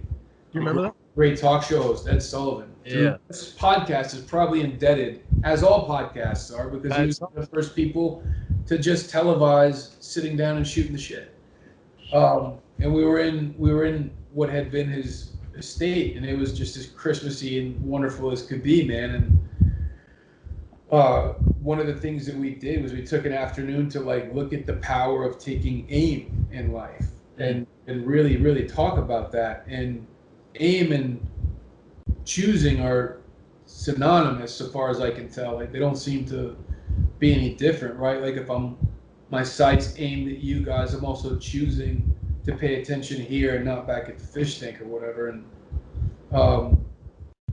as remedial as I promised that would be, we started chopping it up and opening it up, and we listened to a guy give a talk about it that opened it up as maybe the most essential thing to yourself that you have is your ability to like pay attention because that's so inseparable from consciousness itself, which is the weird, mysterious thing that we can't quite put a finger on how it exactly haunts or inhabits or manifests the physical thing we call our body, or vice versa. Or there's obviously great debate about, is it real or not, right? Like in terms of it being something that survives our natural days, right? Like there's no consensus there, but we all damn well know the difference between at least our own consciousness and unconsciousness, don't we? Like, and when we don't, we're usually in a really bad state, and all of a sudden this like simple thing that like they tried to teach us when we were kids, like, hey, pay attention. We started talking about it, and I think the conclusion we all had that day, it was weird, there were 6 of us, different backgrounds, different views, different politics, different gods, different everything, right? And the thing I think we all agreed with is, geez, man, maybe the most powerful thing I'm capable of doing is directing my attention onto something. Because whatever other powers I might have, like to take action or whatever, must follow that. Mm-hmm. Right? Maybe what I give my attention to is like making me, as I make up my mind and my decisions about what to do, right? And it wouldn't be strange that if that metaphysical concept, let's call it, or that mysterious, for lack of a better word, element to it, it wouldn't be strange to find that housed in like the physical body that replicates the same thing. Like we're not down on all fours, we're up high. We're up high and we're bipods so we can see shit from far away. And our eyes are on the front of our face so that we can take aim, right? Now I believe in a maker of these processes that allows for that, you know what I mean? And I believe in a lot of care going into that. It's what I believe God does, right? But then I also believe he set it to exist the way it has and change and adapt over time the way that it has. And here I am in the way that my whole being is built and the way your whole being is built is so that you can stand up straight and see well and be alert to and take aim, man. That's why like our skull is where it is and all this stuff. And we started like opening up the Lotus with all these different things of like, yo, think about when what you've been looking at mostly is ABC. When we started talking about that either being a real immediate positive or negative, right? I don't watch or read. Let me be careful, man. So I'm not. So if I have bad eyesight, does that mean I'm defected? Yeah, for sure. And so am I. But like we're lucky enough to live during a time where somebody could correct our own shortcomings, right? That's pretty cool. But like in a serious way, yeah, me too.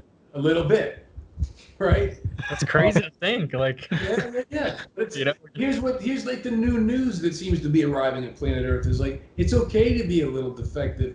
Get busy seeing where that is, right? And getting some help or helping yourself or whatever it might be, whatever the case might be, right? That's why you're wearing glasses. Like that's a good way to move through all this.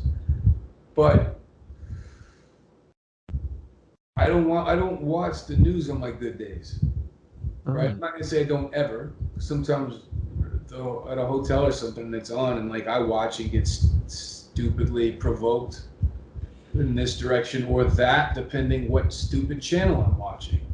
Now that's weird because I'm stupidly provoked when I look down off the balcony at like 1,000 different kinds of people, different as they are, peaceably enjoying the sun going down, like almost looking at it like a cult of sun worshippers in perfect harmony, different as they may be, in the midst of a global pandemic and social strife, momentarily choosing,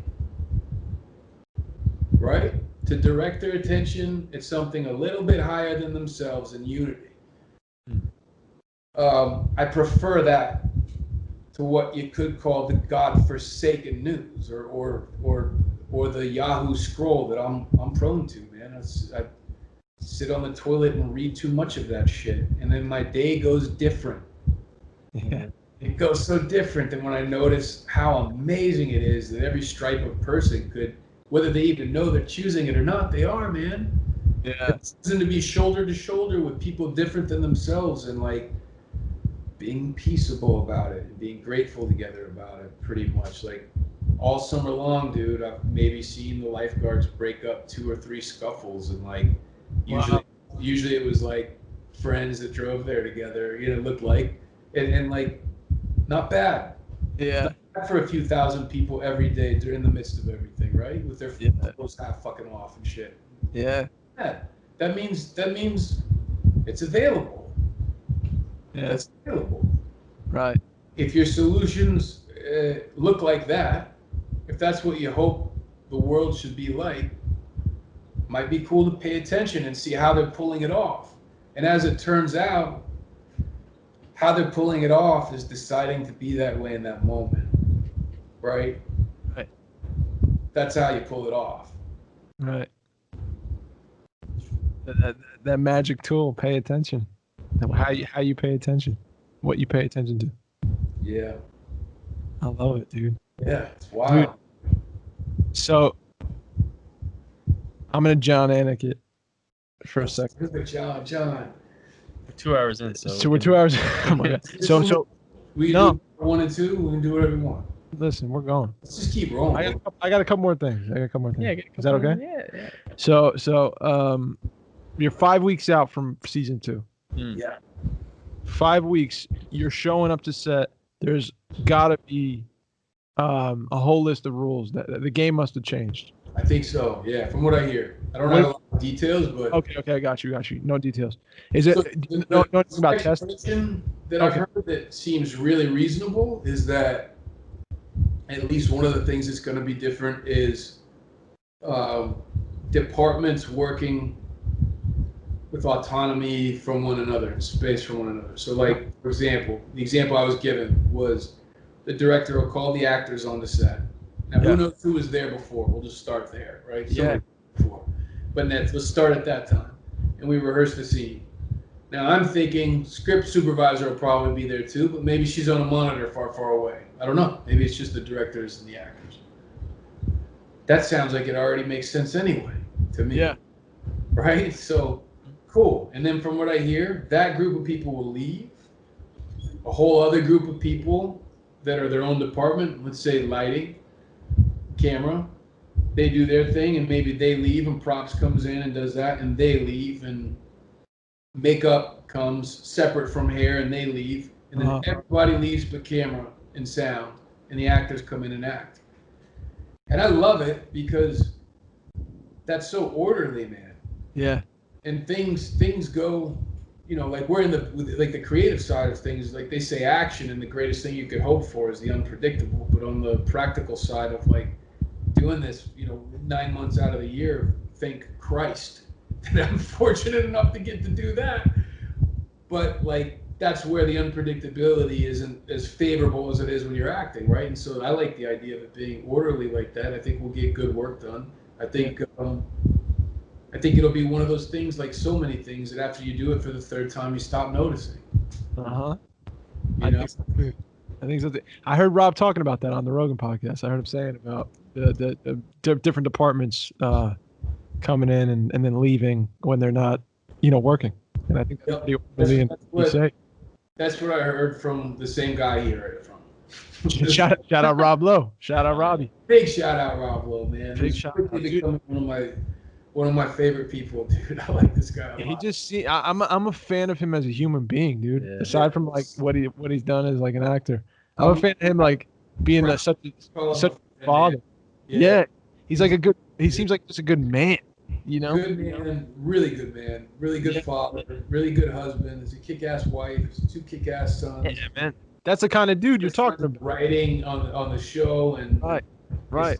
Is personally succeeding in ways you couldn't imagine. The other guy's personally succeeding and swims with great white sharks. And then he also he just passed the bar and became a lawyer. Like a moment that I really came to really just have mad love for Rob was we shot a few days in Austin. We just spent this awesome day on horseback together in Austin. And we didn't know each other very well yet. He was really generous and said, "Hey, why don't you and Haley join us at this sushi place? I'm meeting some friends there."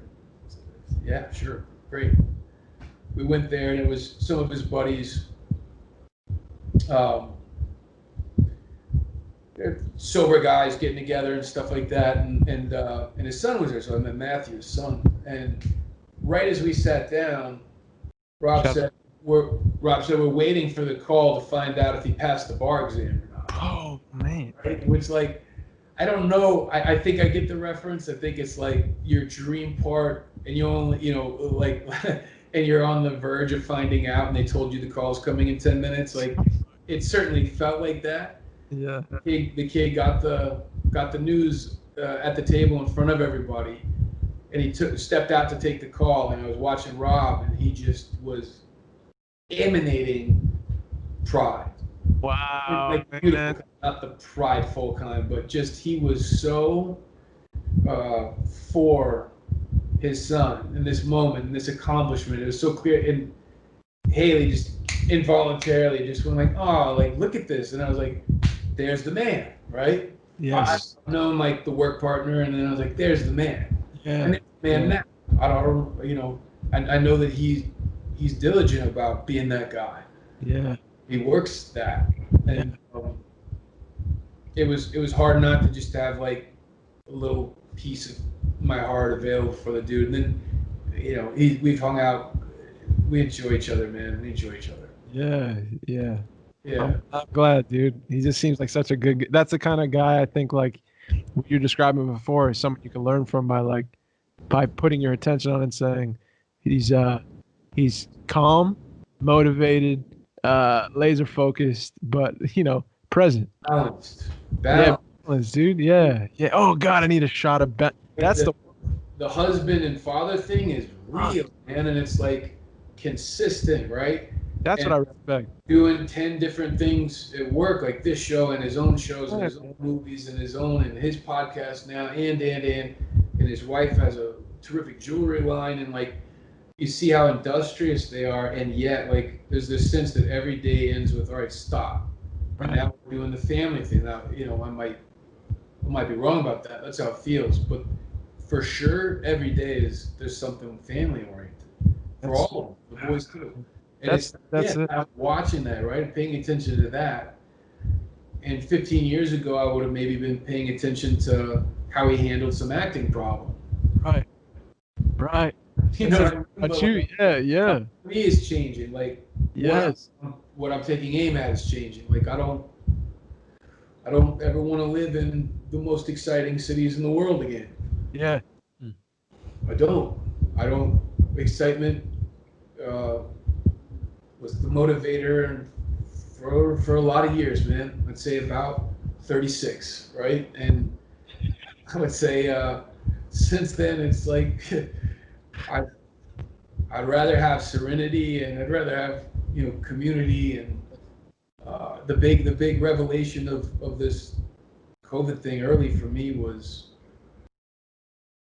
like, going back to what's most important. Like, we talked about that this was going to be the year we were going to order those things, right? Yeah. And have our actions follow them. And, like, I waited till fucking March to think about it, right? Yeah. And, but in March I started thinking about it, and I got a clear answer. It was like, your health needs to improve because it's not good and you're going to die, right? It's how you go through that.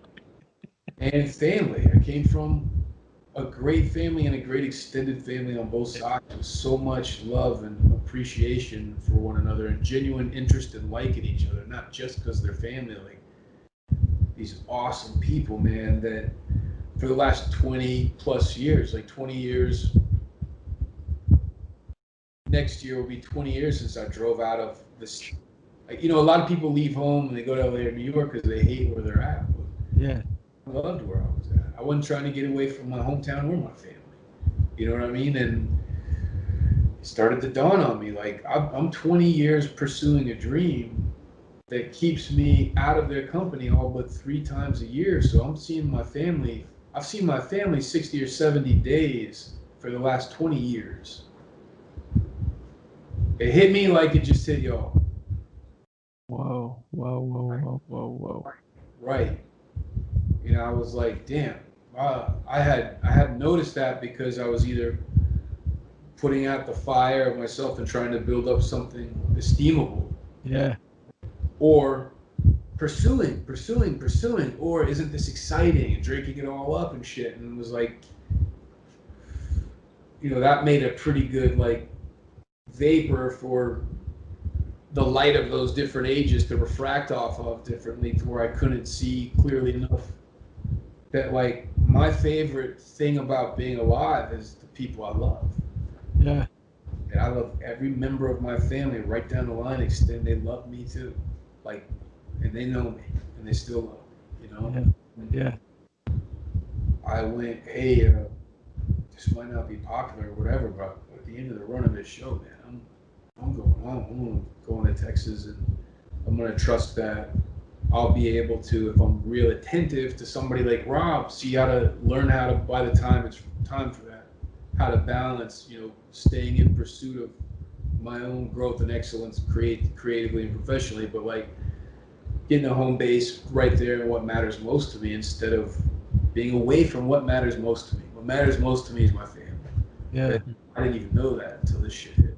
Yeah. I wasn't asking what matters most. Oh. Crazy, man. And Spell it down. I'm out of the business. Like, fuck that. I'm thankful to be in, and I wanna be a member. I want to be a member of that and a contributor. And there's some younger people on this show that I look at and I'm like, man, what a cool thing. I remember what that's like. And there's some people a little bit ahead of me that I'm like, oh man, when I was that age, they were in these shoes, and like they led by a good example for me, some of them, and they went a long way. It's like, I don't look at going to work as that. Like, that's not my responsibility at work, but it might be good to remember. Mm-hmm. You know what I mean? That went a long way just by seeing people that were accessible in this business move their feet in the right direction. You know, like outside. And yeah. All right. I started on that. Oh, we're going back to work, right? Yeah, going back to work. Yeah. Well, so shit out. yeah. I'm glad.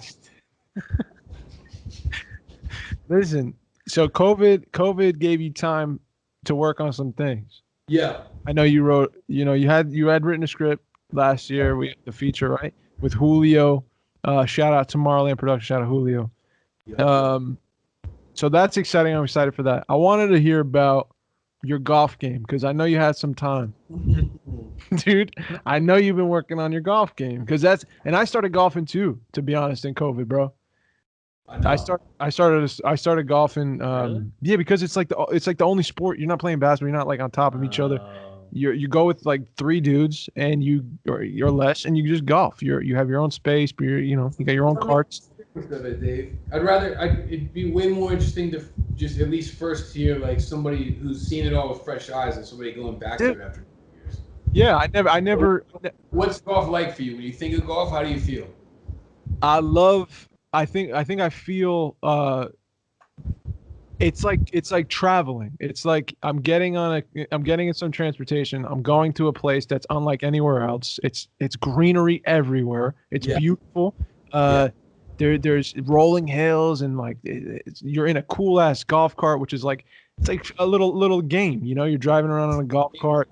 Yeah. You bring a little drink. You get drinks and snacks and stuff, and and you're playing a sport that is all about patience and focus and being present. And like if you're not present and you're not focused on like the moment, and aim for sure, and form, and it's form. Yeah. It's form. It's like you have to be fluent with your body, and you have to try to repeat form. So that was really cool to try. It's like about chasing perfection in an imperfect thing. You're hitting a little ball with a stick with a metal piece at the end of it. By swinging it and cracking it, you're trying to send it 250 yards straight. And then using math, other clubs, to try to again use form to hit a ball with a metal thing into a cup that's maybe 75 yards. It was wild to me, man. The math that was involved, and how complicated or how difficult it was, but also how much fun it was. Yeah. It was so new, so much fun. It was great bonding for me and my cousin-in-laws and my brother-in-law. It was just the shit. And I went like 3 times, and I was just like, I want to do this forever. This is like a fun sport. And you have the golf bug. yeah, but I used to be like, so stupid. But like, it really is fun. It really is a good time, like to bond and just get outside and you play a sport, and you can play it till you're 80. You can play it forever. Yeah, that's the other thing. Yeah, man. There's this thing that seems to happen with a lot of first-time golfers or new golfers, where at least one time on their miserable excursion, right, of like frustration and humiliation, and like it's not moving, but you missed it. Yeah. And like it went straight sideways and blah, blah, like all, digging around in the woods, all that. There's usually one little shot or moment that was good for where you're at. Yeah. That is so like burned in your memory that it will bring you back for another round, right? Like, but here's the thing. And it feels so good coming through your hands with the club, and the way other people respond to it, and the way it sails through the blue, lands and stops, that you can see it over and over. You're like, I want that again, but I want to see every shot. Yes. Yes. Right? Like, yeah, but your boy didn't miss. Here's the thing. I know I talk a lot of shit. I feel like I'm kind of a natural in golf. Dude, you're a natural athlete. You have an athlete's gait. Dude, and clip this and play this for Adam Ladder. Well, it's not like you're hearing it from an athlete. That's the first thing I thought of, dude. It's not like I'm a credible source. Adam's gonna be listening. Jackson saying, "Hey, that was my gate." I'm just your buddy, dude. I could be way off.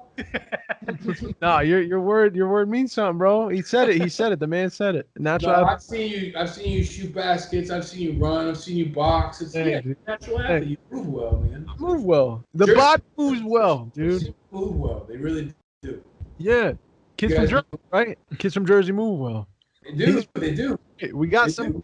I don't know what it is, but he's right. No, dude, they dance good and they fist fight and they play ball and they're all, it's like sports playing community of melting pot that is New Jersey. It's dense, bro. That's what it is. It's dense. It's so tight. There's so many people in a small spot, and it's so competitive. Yeah, I think that has something to do with it. But yeah, man, I felt good, and I'm like, now I'm excited I think it was a 69 on my front 9, and I said, I just got to keep knocking it off. That's where I'm never allowed to go over. And the next time I went, I got a 71, and I said, motherfucker.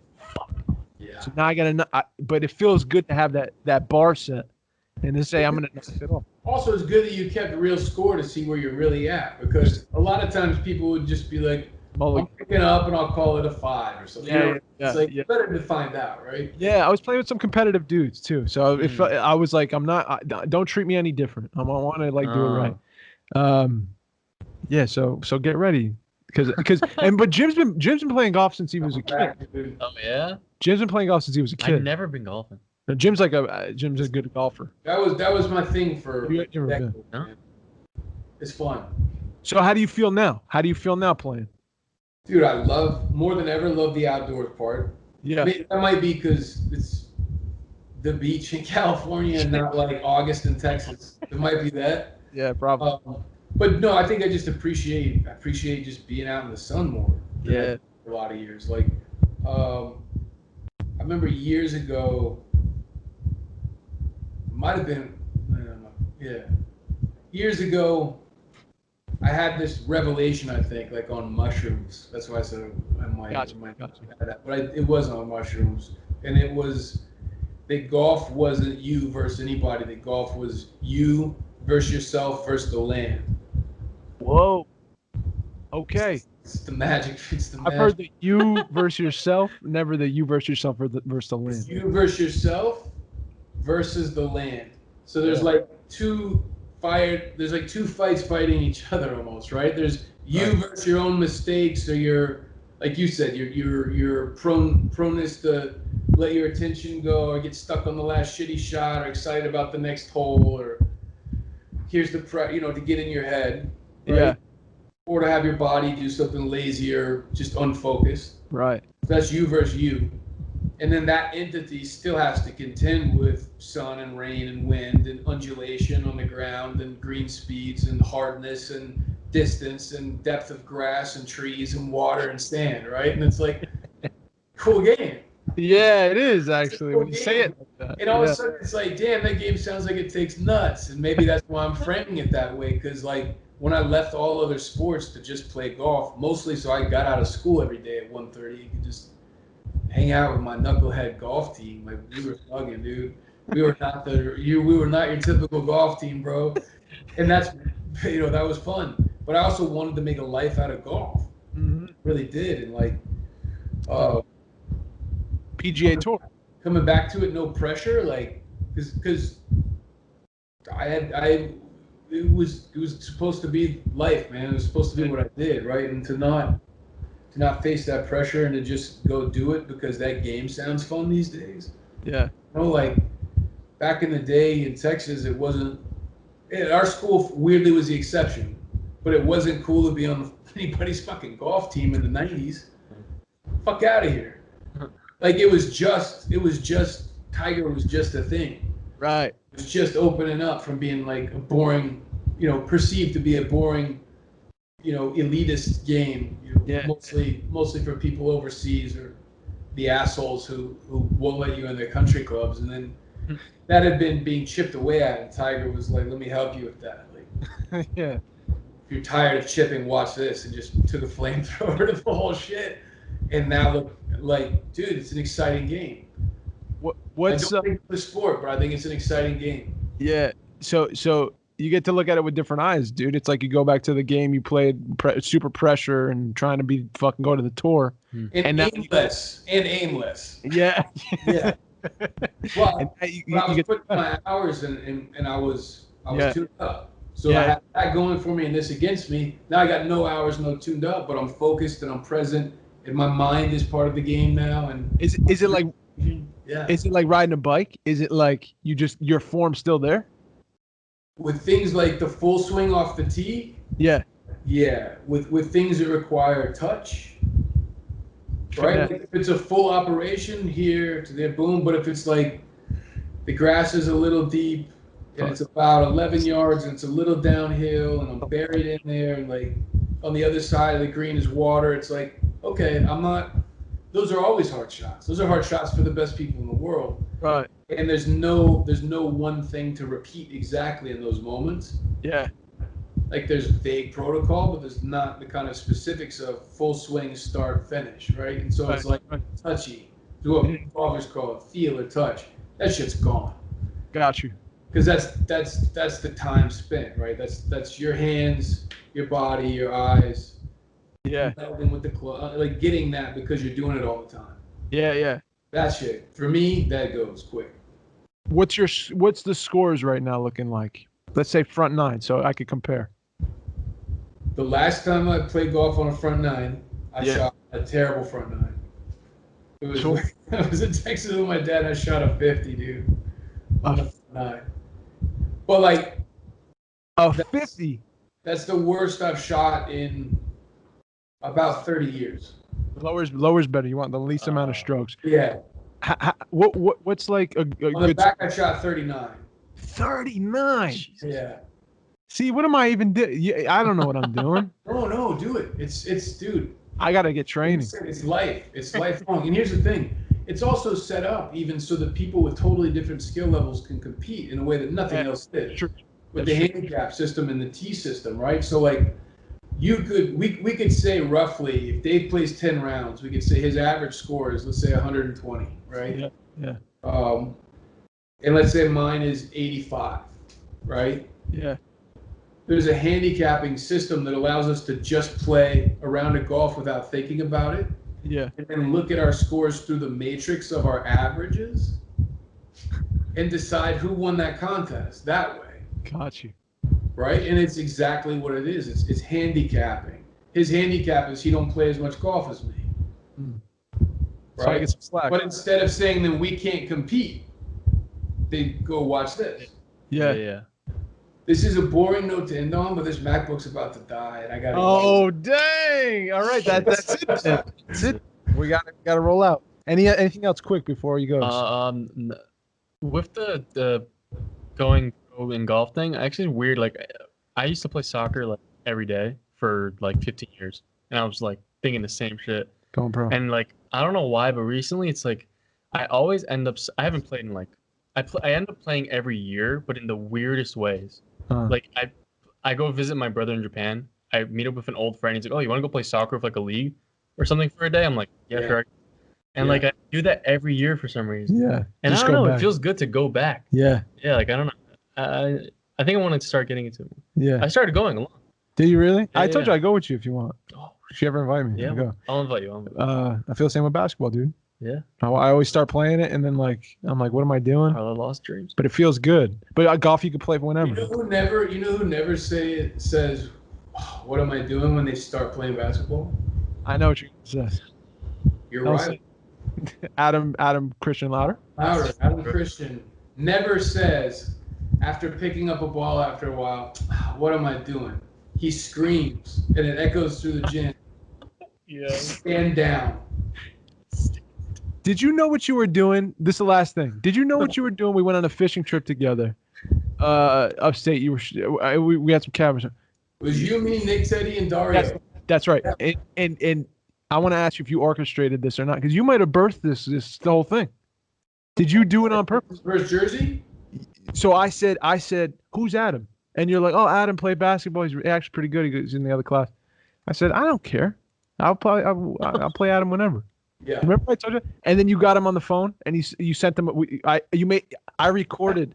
I beat Adam. I don't know who he is, but I beat him in basketball. Yeah, I remember. It was by the river when you said it. Yeah. And then you sent it to him, and then he sent back like who the fuck? Yeah. He's like, I don't care who it is. I'll dust them. That's how it started. Yeah. It was through him. It was through Jim. What? But there was also a side bet where it was going to be you and Teddy and Manu versus me, Lance, and Adam. Right. Half court, 3-on-3, Texas versus Jersey. Still would do. I'd still run it. If you give me another 10 months for my cardio, I'm down. How's the shoulder? My shoulder's starting to go, bro. Shoulders are healing. I'll help you with it. I need it. Hey, at the end of this, do you ever put like, here's the book he was talking about? I'll send you the shoulder book. Yes. I'll send you a picture of the shoulder book, bro. It'll change your shit. It's easy. All you do is hang from a bar. I need it. I fucking need it. That's why the bar's there. I feel it going. I'm good. I'm good with jiu-jitsu. I'm good with golf. I'm good with everything. And I couldn't talk on Haley the other without being like, fuck. Damn, we didn't even talk jiu-jitsu, bro. We missed it. So we gotta go though. We gotta go because the podcast. Jiu-jitsu's secret strength, so we don't talk about it. Dude, I felt like this. Next time I walk in, I want to tell Eddie. I think I could start at the brown belt. I think I could skip the white Tell him. athleticism and just go brown. Just skip white, blue, and purple, and yeah. Just skip knowing. Hey, Dave, skip knowing the belt order and go straight to brown. Yo, tell him that. He just like, oh, cool, man. Hey, come to the mat, man. Dave, man, come here, man. Yeah. Bro, I felt him. He would love you right through it. Dude, Eddie, I don't mean that. I love you, dude. I want to start at white, and I want you to train me because you're the shit, bro. I love you. Monkey grip forever, He'll take you on the mat. He'll take you through each He's hot podcast fodder these days, too. Eddie's been hitting the podcast circuit. Has he really? Yeah. Oh, my. See, okay. Eddie goes way deeper than most people I've ever met, dude. Hey, help me out here. Help me out. It's magic, yeah. We need Eddie. Mm. We want Eddie. We want Julio. Haley. And Haley. We want Haley Walters, and we want Rob Lowe. So let us know. I would bet you could get like a mini version of Rob Lowe. Done. Where, like, what if mostly you guys just swap stories about what it's like to try to have a podcast? That's it. That's all we need. You were like, hey, for our podcast, would you pitch it to him? See what he says. And I just want to know what it's like to be a dad. Skype call. I just want to know what it's like to be a dad. I want to talk to him about fatherhood. And that's it. He made a 90-second plus birthday video for Roy Sam Barbary. No, he did. So maybe he'd give you guys 5 minutes, bro. Yo, you can't spare 5, Rob. Come on, bro. We love you out here. We love you in Jersey. I love you guys. I love you, Jim. Love Thank you you, too, bro. Jim. See you soon. You Are Here podcast. Boom. Hell Peace. yeah. We did it, baby. Yo. We did it. And that's episode 85 of the You Are Here podcast. My name is Mike. All right, dude. You didn't say you're signing out anything. I said Mike. My name's Dave, and I love Boom, y'all. And find the podcast everywhere you want. Spotify, Apple Podcasts, YouTube with the video, Anchor.fm at 12. I'm tired. www.youarepodcast.com. And I'm signing out. Love y'all. Love y'all. Mwah. That's fucking great.